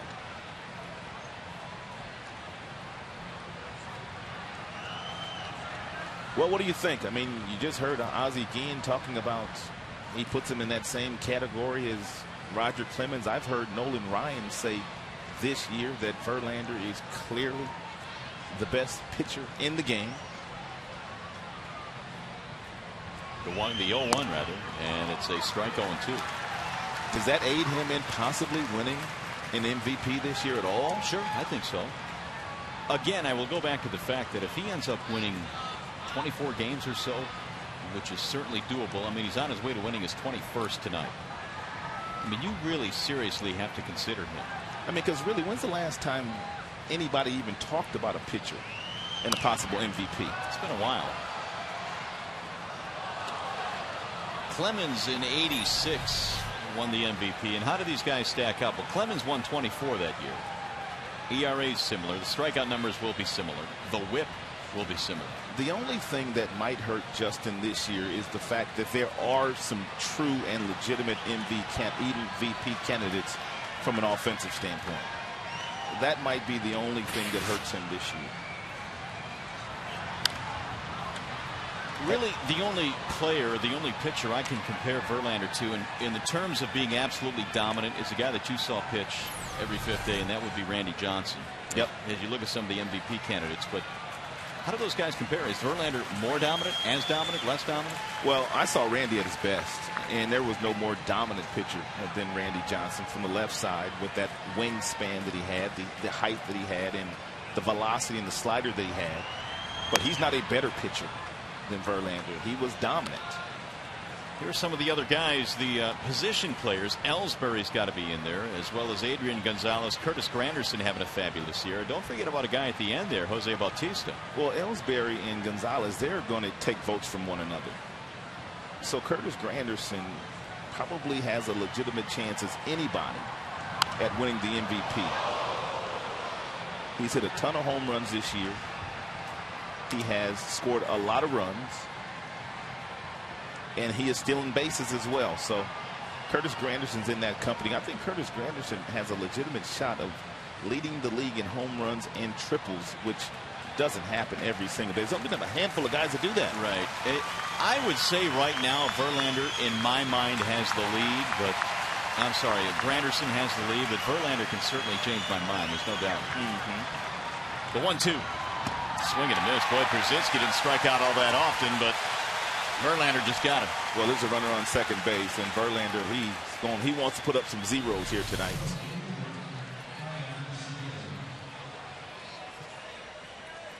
Here's that curveball, and man, oh man.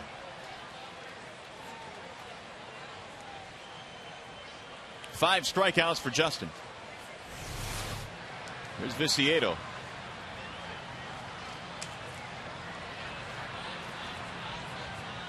No doubt with the way that Verlander is pitching here tonight, if he continues his dominance, we'll be talking about MVP once again after the game. Jackson handles that one, and the runner Konerko has to hold. 2 gone. Viciedo is out. They'll bring up De Aza. Verlander has 5 strikeouts today, and all 5 of his strikeouts have come on this outstanding bender that he features. I mean, inside, outside, up and down, just wicked. Just a wicked pitch. 2 outs for De Aza. Tigers have out-hit the opponent tonight 11-3, and they lead 8-0. Strike one on De Aza.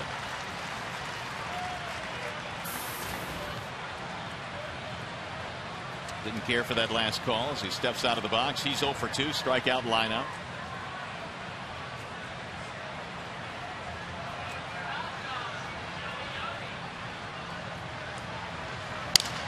Broken bat roller towards second. Verlander's going to pitch around a leadoff double.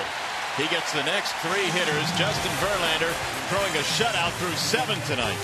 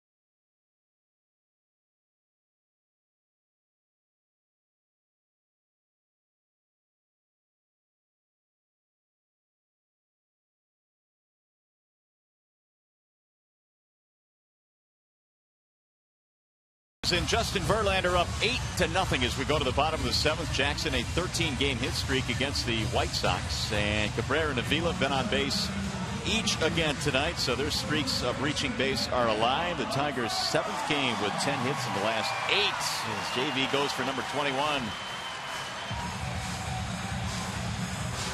Another sellout crowd here tonight. The total attendance here this evening 42,351, and that means the Tigers have had 13 sellouts this year as Eduardo Escobar makes his major league debut. He takes over for Alexi Ramirez at short. Cabrera leads it off in the bottom of the 7th and hits the first pitch right at Escobar. And he'll make the play, 1 gone. Time to go back to the studio. We check in with Ryan Field.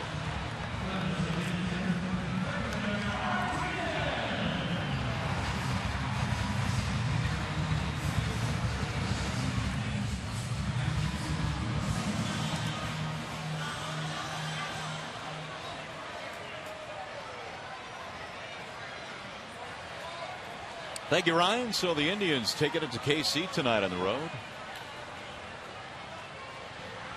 Tigers taking it to the White Sox here tonight as Victor Martinez stands in with 1 out. How about the kid Escobar making his major league debut? First pitch, Cabrera drilled it right at him. Welcome to the big leagues, young man. He's probably happy that's over with. Yeah, he got it out of the way. That's tap foul. 1 ball, 1 strike. Victor in the ball game is 0 for 3. Batting average to .320 right now.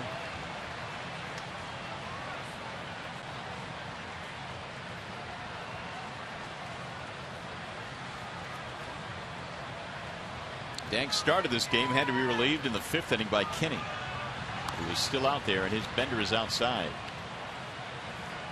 Former St. Louis Cardinal, pitched for parts of 3 years in St. Louis.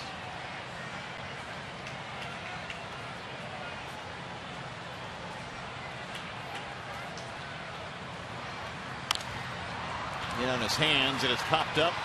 And is there room? Into the seats to make the plays. Brent Morel, nicely done. 2 outs. It's a nice job by Morel not giving up on this ball. Taking a peek, not necessarily knowing his surroundings. He took his eye off the ball momentarily. He knew he had more room. He also knew he was going to have to reach into the stands to make that play, and was able to do so. Here's Avila with 2 outs.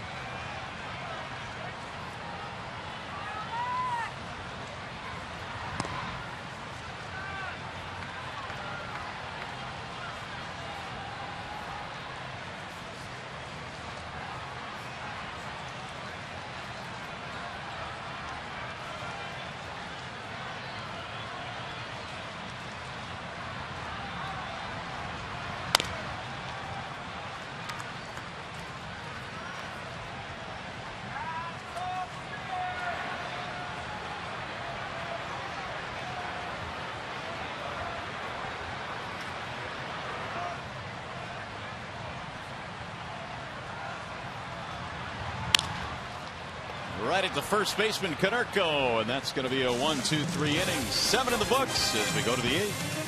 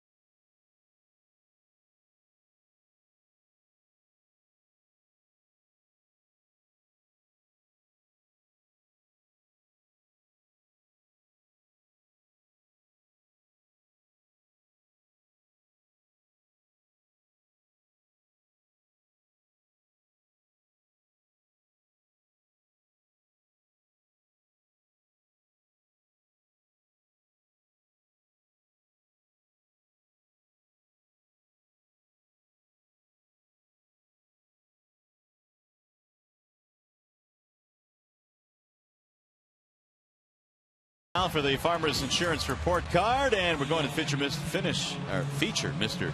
Gene Lamont. And the report card shows that Gene Lamont homered in his first major league at bat against the Red Sox on September the 2nd, this day back in 1970. How about that? Tigers' first ever first-round draft choice, Gene Lamont. 1965 draft. Gene Lamont drafted by the Tigers, and here he is all these years later. A lot of years in professional baseball. That's when he and Leland met around that time, and they have become best friends. Here is Tyler Flowers to lead it off against Verlander. He drills the first pitch high in the air, deep into left, and the White Sox are on the board. And there goes the shutout for Verlander. It's a leadoff home run for Tyler Flowers. Yeah, that was a little get-me-over fastball at 92 miles an hour, and Flowers absolutely crushed it. JV knew it was gone as soon as he heard the sound.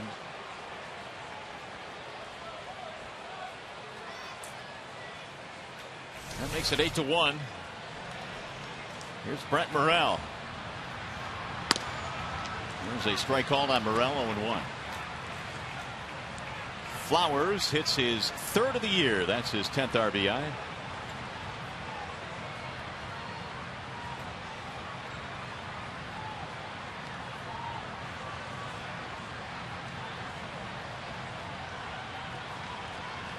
Morello walking the ground out. How cool is JV, though? I mean, temperatures at the start of play tonight were 95 degrees. It's probably about 90 now. He doesn't even look like he's broken a sweat here today. Not at all. Cool, calm, and collected. It's drilled in the air to left. Delvin Young going back. It's over his head up against the base of the wall. Here comes a throw into second, not in time. Stand-up double for Morel. And the Tigers get on the telephone quickly. Back-to-back hits for extra bases here for Chicago. A couple of pretty good swings by the last couple of hitters, Flowers and Morel. Thought Delmon was going to have a chance to get him at second base. 15 doubles for Morel. Joaquin Benoit beginning to heat up at a leisurely pace.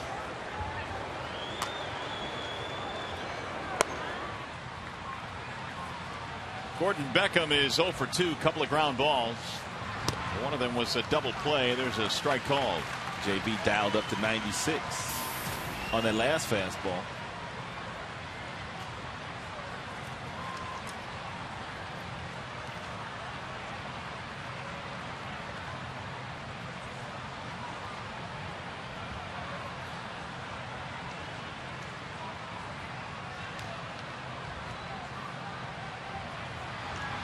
Inside, back to monitor.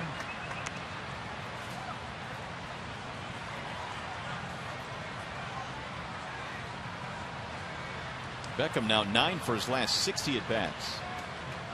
Trying to pick up Morel, who has just doubled after the homer by Flowers. Breaking ball missed inside. So Verlander just about at 100 pitches. This next one will be number 100.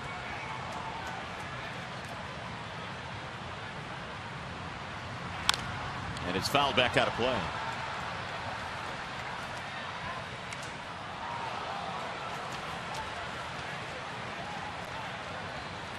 Nine of the 100 that he has thrown tonight have been 95 or more. Reached back in the fourth and threw 9 of them in that frame.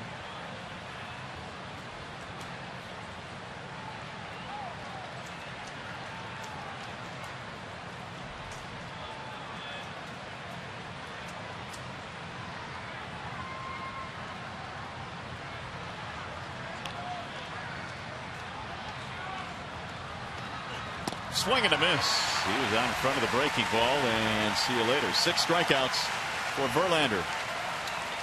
Let's take a look at our Bell Tire pitch by pitch after giving up a homer and also a double on low 90s fastballs. The first one to Beckham is 96. The next one's 95. And he continues to come after him with hard stuff. And finally, he finishes him off with an outstanding, well-located breaking ball. All JV strikeouts today have been on that bender. Here's Juan Pierre. Bouncing ball back up the middle, and it's knocked down by Peralta. If anything, that'll save a run. Infield hit for Juan Pierre. That's his 42nd infield hit of the year, leading the American League. Once the ball got past Verlander, even though Peralta was able to get to it, he was not going to throw out the speedy Juan Pierre.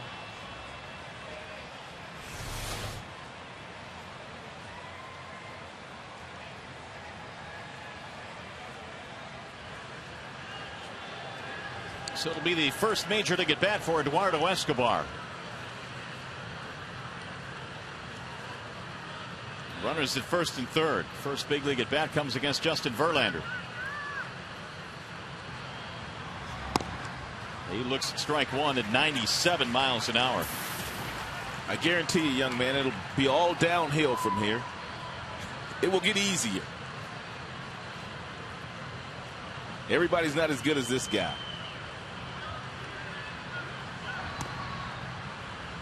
One ball, one strike. You mean there are no Verlanders in AAA? No. Might be some guys down there that throw as hard as JB, but not with the same kind of command. and stuff overall. The 1-1. Fouled out of play, 1-2.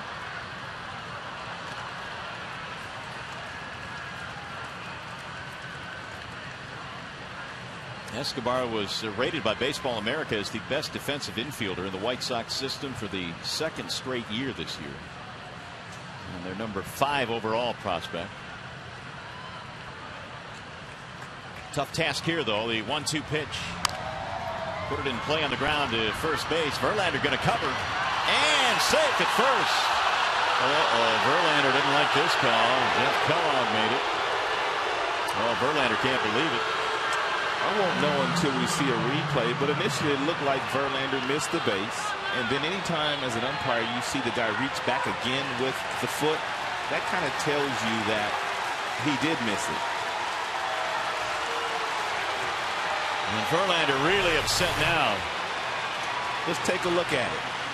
Missed it initially, but did he get it with the second effort?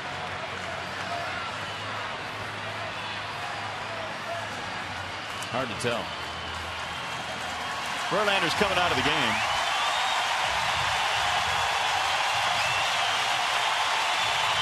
It looked like he may have gotten it, but it's very difficult to see. Standing O for JV. He departs in an 8-1 game.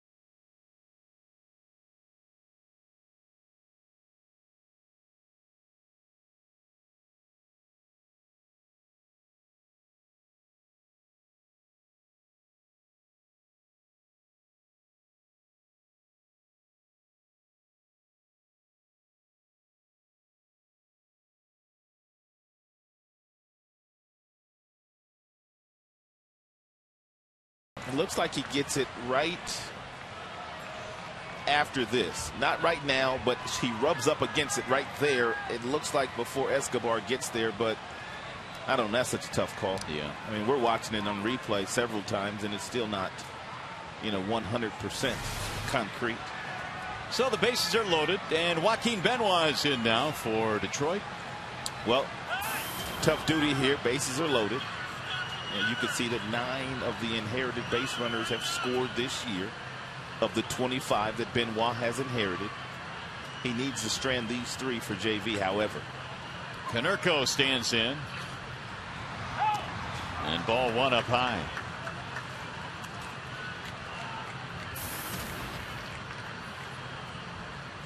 Verlander threw 106 pitches. All 3 runners are his property.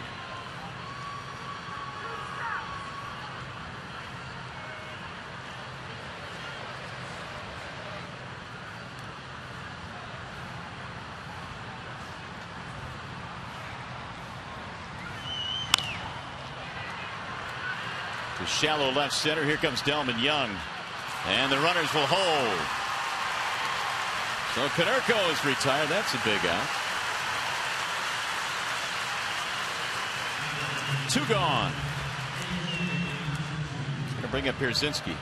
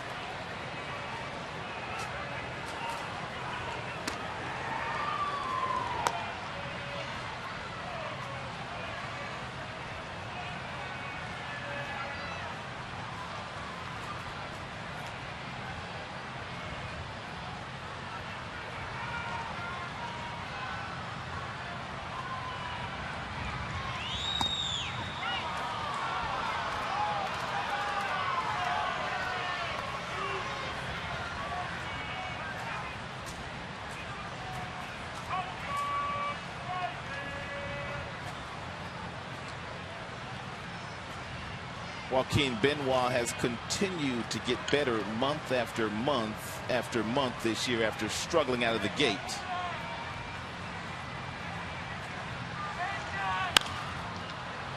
Whistled foul back into the seats, 1-2. It's not that the Tigers thought he would get back to the numbers that he posted last year with Tampa, but they didn't expect him to struggle early. Once he got it together, the entire bullpen got it together.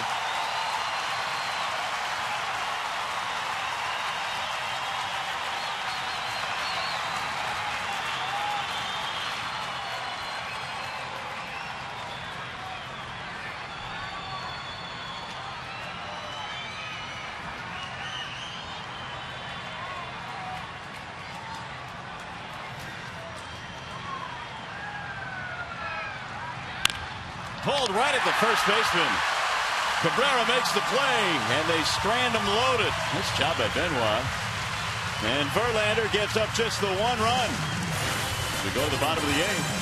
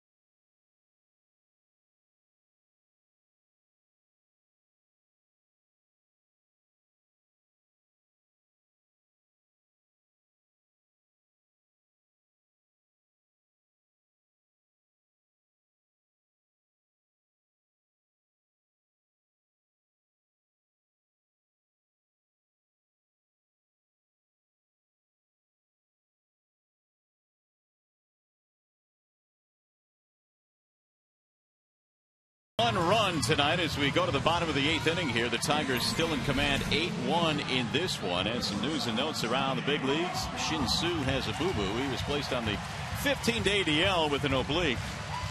Carlos Zambrano, well, the Cubs announced he will not play the rest of the season in the battle for first.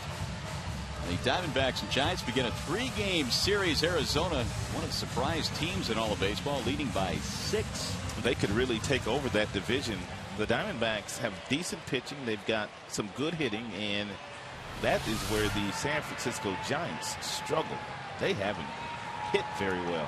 And another newcomer is on now for Chicago, Shane Lindsay. He gets a pop-up on the first pitch, and Peralta is out, 1 away. He earned the call-up as well. 78 strikeouts and 63 2/3 innings in AAA this year, 45 games. Earned run average under 2. And look at that bottom note. Opponent's batting average at 132. What took him so long to get here? Lindsay originally signed by Colorado. He's bounced around a couple of different organizations, through a 95-mile-an-hour heater there. To Santiago, the bottom 3 facing Lindsay here in the bottom of the 8th. That's popped up foul, back out of play. That is the norm these days. Just about every single guy that comes out of the bullpens, at least late in games, they're all 95 and above. That last fastball that Lindsay featured to Santiago got up to 97.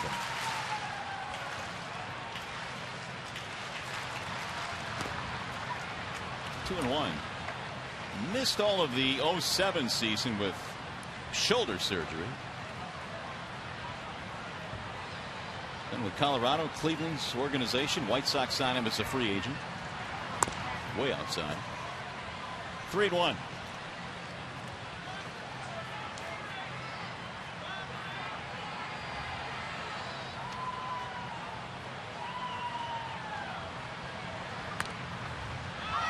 Santiago draws the walk, 1 on, 1 out. Hey fans, you can follow the Tigers with the MLB.com at Bat11 app for your iPhone, iPad, Android, or BlackBerry. Get live audio pitch-by-pitch, tracking video highlights, and more. Text at BAT to 31826 or visit Tigers.com for all the information you need. Here's Brandon Inge. He's had a couple of hits tonight, 2 of the 11 the Tigers have posted.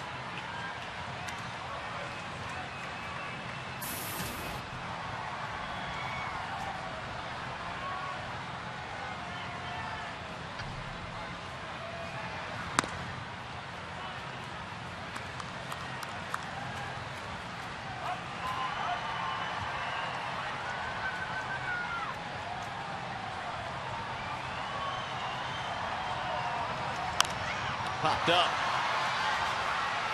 Heading back to the seats. And he didn't get there. Flowers saw that ball late. Didn't initially take off for it. So Brandon's still alive. Tough sometimes to locate it. He didn't locate it right away. And he finally got some help. Too late.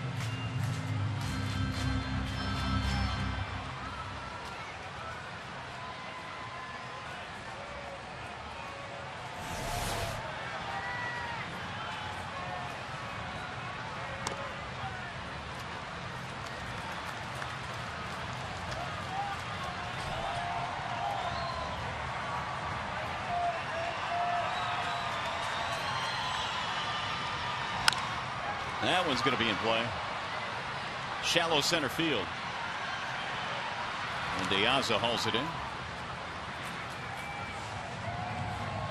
Well, here is the upcoming pitching matchup presented by the Michigan Office of Highway Safety. Tomorrow on Fox Saturday Baseball is going to be Brad Penny and Gavin Floyd. And Penny looking for his 10th win of the year. Gavin Floyd, a 12-game winner. That'll be at 4 o'clock on Fox 2 in the Motor City.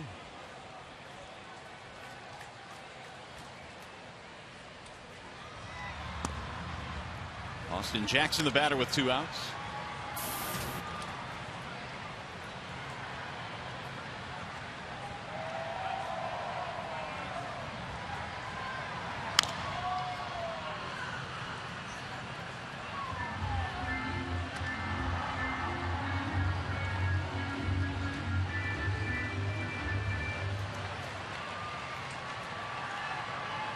Second consecutive day the Tigers have scored 8 runs on 11 hits. Jackson's had 3 of those, 2 singles, a 2-run homer, and he has scored twice. Now, this offense is so well put together and clicking on all cylinders right now is the fact that it's tough for any starting pitcher to get through this Tigers offense. 4 at-bats during the course of the game.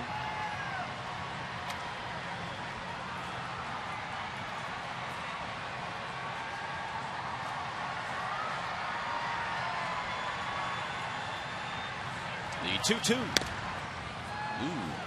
3-2.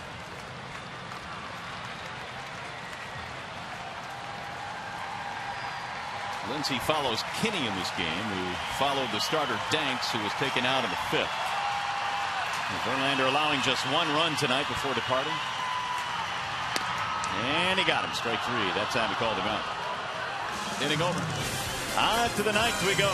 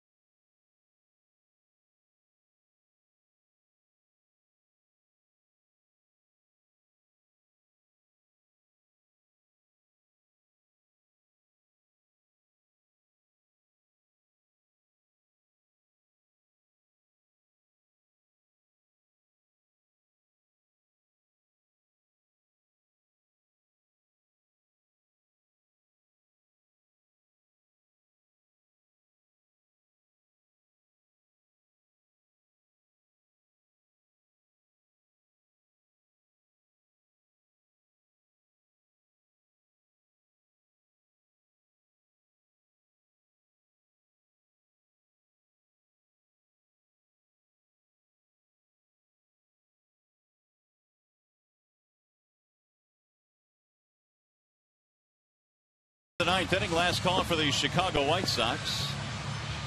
And our new edition of Tigers Weekly puts into perspective Justin Verlander's dominant performance so far this year. Look back at the top moments of his career. Find out why his mound arsenal is so effective and how his 2011 campaign ranks in Tigers history. Celebrate JV's 20-win season on Tigers Weekly tomorrow morning at 10:30. Right here on Fox Sports Detroit. And we're about 3 outs away from making it a 21-game winning season for Verlander. But we've got to get 3 outs before that happens. That little guy part of a sellout crowd here tonight of 42,352. He got his Verlander jersey on too. Nice work by Benoit to come in with the bases loaded and 1 out and strand all 3 of those base runners for JV. Daniel Slayworth now pitching in his 42nd game in the big leagues this year. Earned run average not bad at all. He has struck out 37 in 42 2/3 innings. And I've been encouraged by Daniel. That fastball anywhere from 92 to 94. Real good curveball. Not many changeups. Viciedo will lead things off, then De Aza and Flowers. 11 hits tonight for the Tigers. 8 runs on 11 hits. Schlereth delivers a strike 0-1 and the 9th inning is underway. Viciedo is 0 for 3.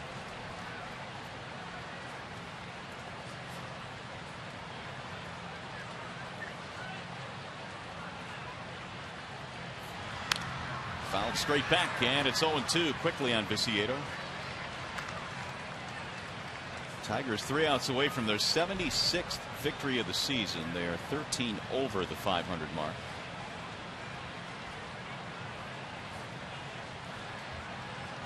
Scherzer will pitch the final game in this series on Sunday.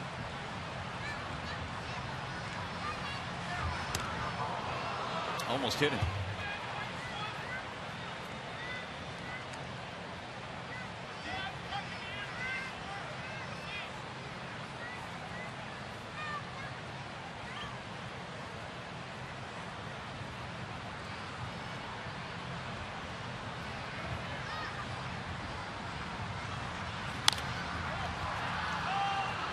One and 2 on Diane Viciedo.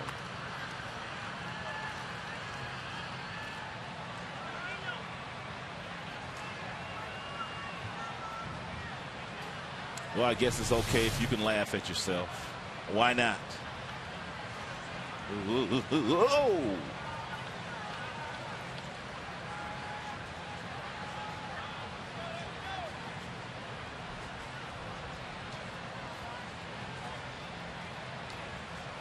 He won't be on Dancing with the Stars anytime soon. No, he won't. If he does, he'll get booted in the first week. Inside and high, 2 balls, 2 strikes.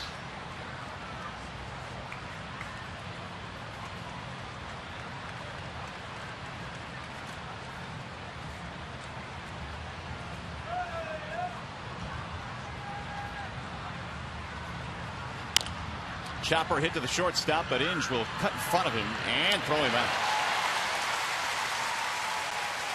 So Viciedo is 0 for 4. 1 gone in the 9th inning. And that's going to bring up Alejandro De Aza.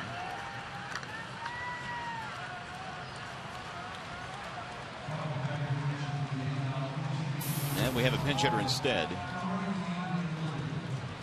Lillibridge will pinch it for De Aza.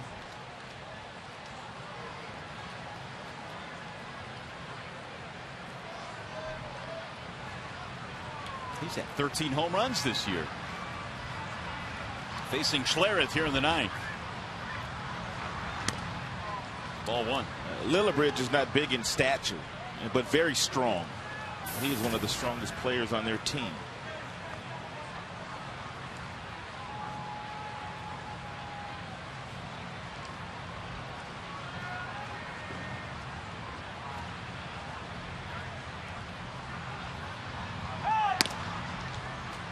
Missed it. 2-0 the count on Brent Lillibridge.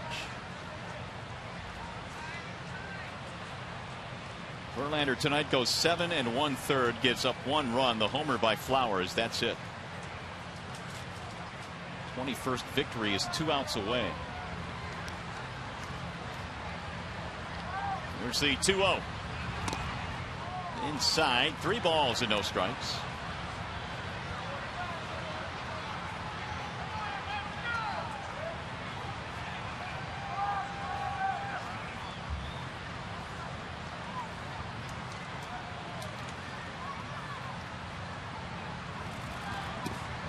And he lost him. 1-out walk. Hey fans, tonight catch another fast-paced edition of MHSAA football Friday overtime with hosts Mickey York and Rob Rudick. Get scores from high school games throughout the state, highlights of select contests, and an opportunity for you to interact with the show. MHSAA football Friday overtime tonight at midnight on Fox Sports Detroit. And they'll stay up late and get caught up in all the high school football around the area. Here is Flowers. High fly ball, shallow right field. Kelly on the charge, foul ground, sliding. What a play by Don Kelly. Nice effort by DK.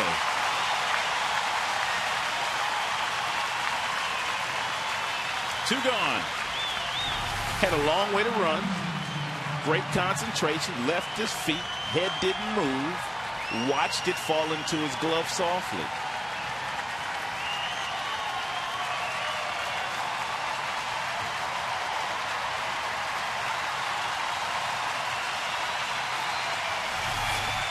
And Brent Morrell, the last chance for the White Sox tonight.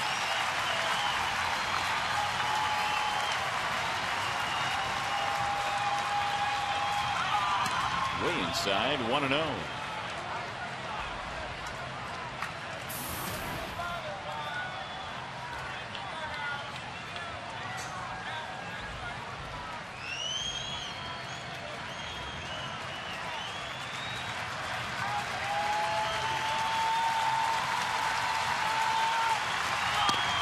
There's a strike call. 1-1 on Morrell. Had a double against Verlander in the 8th, but they couldn't score him. It's also a walk tonight.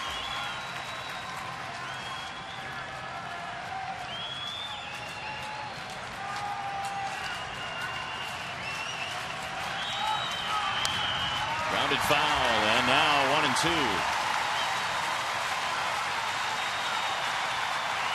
Cleveland leading 5-1 over the Royals in the bottom of the 6th. Tigers taking care of business here tonight. They lead 8-1 in the 9th.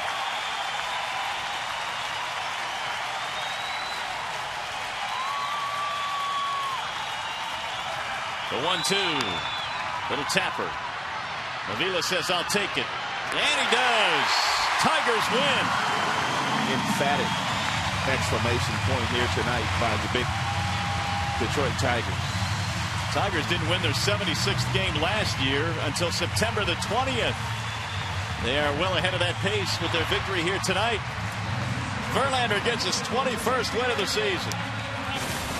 Back with more from Comerica Park in a moment.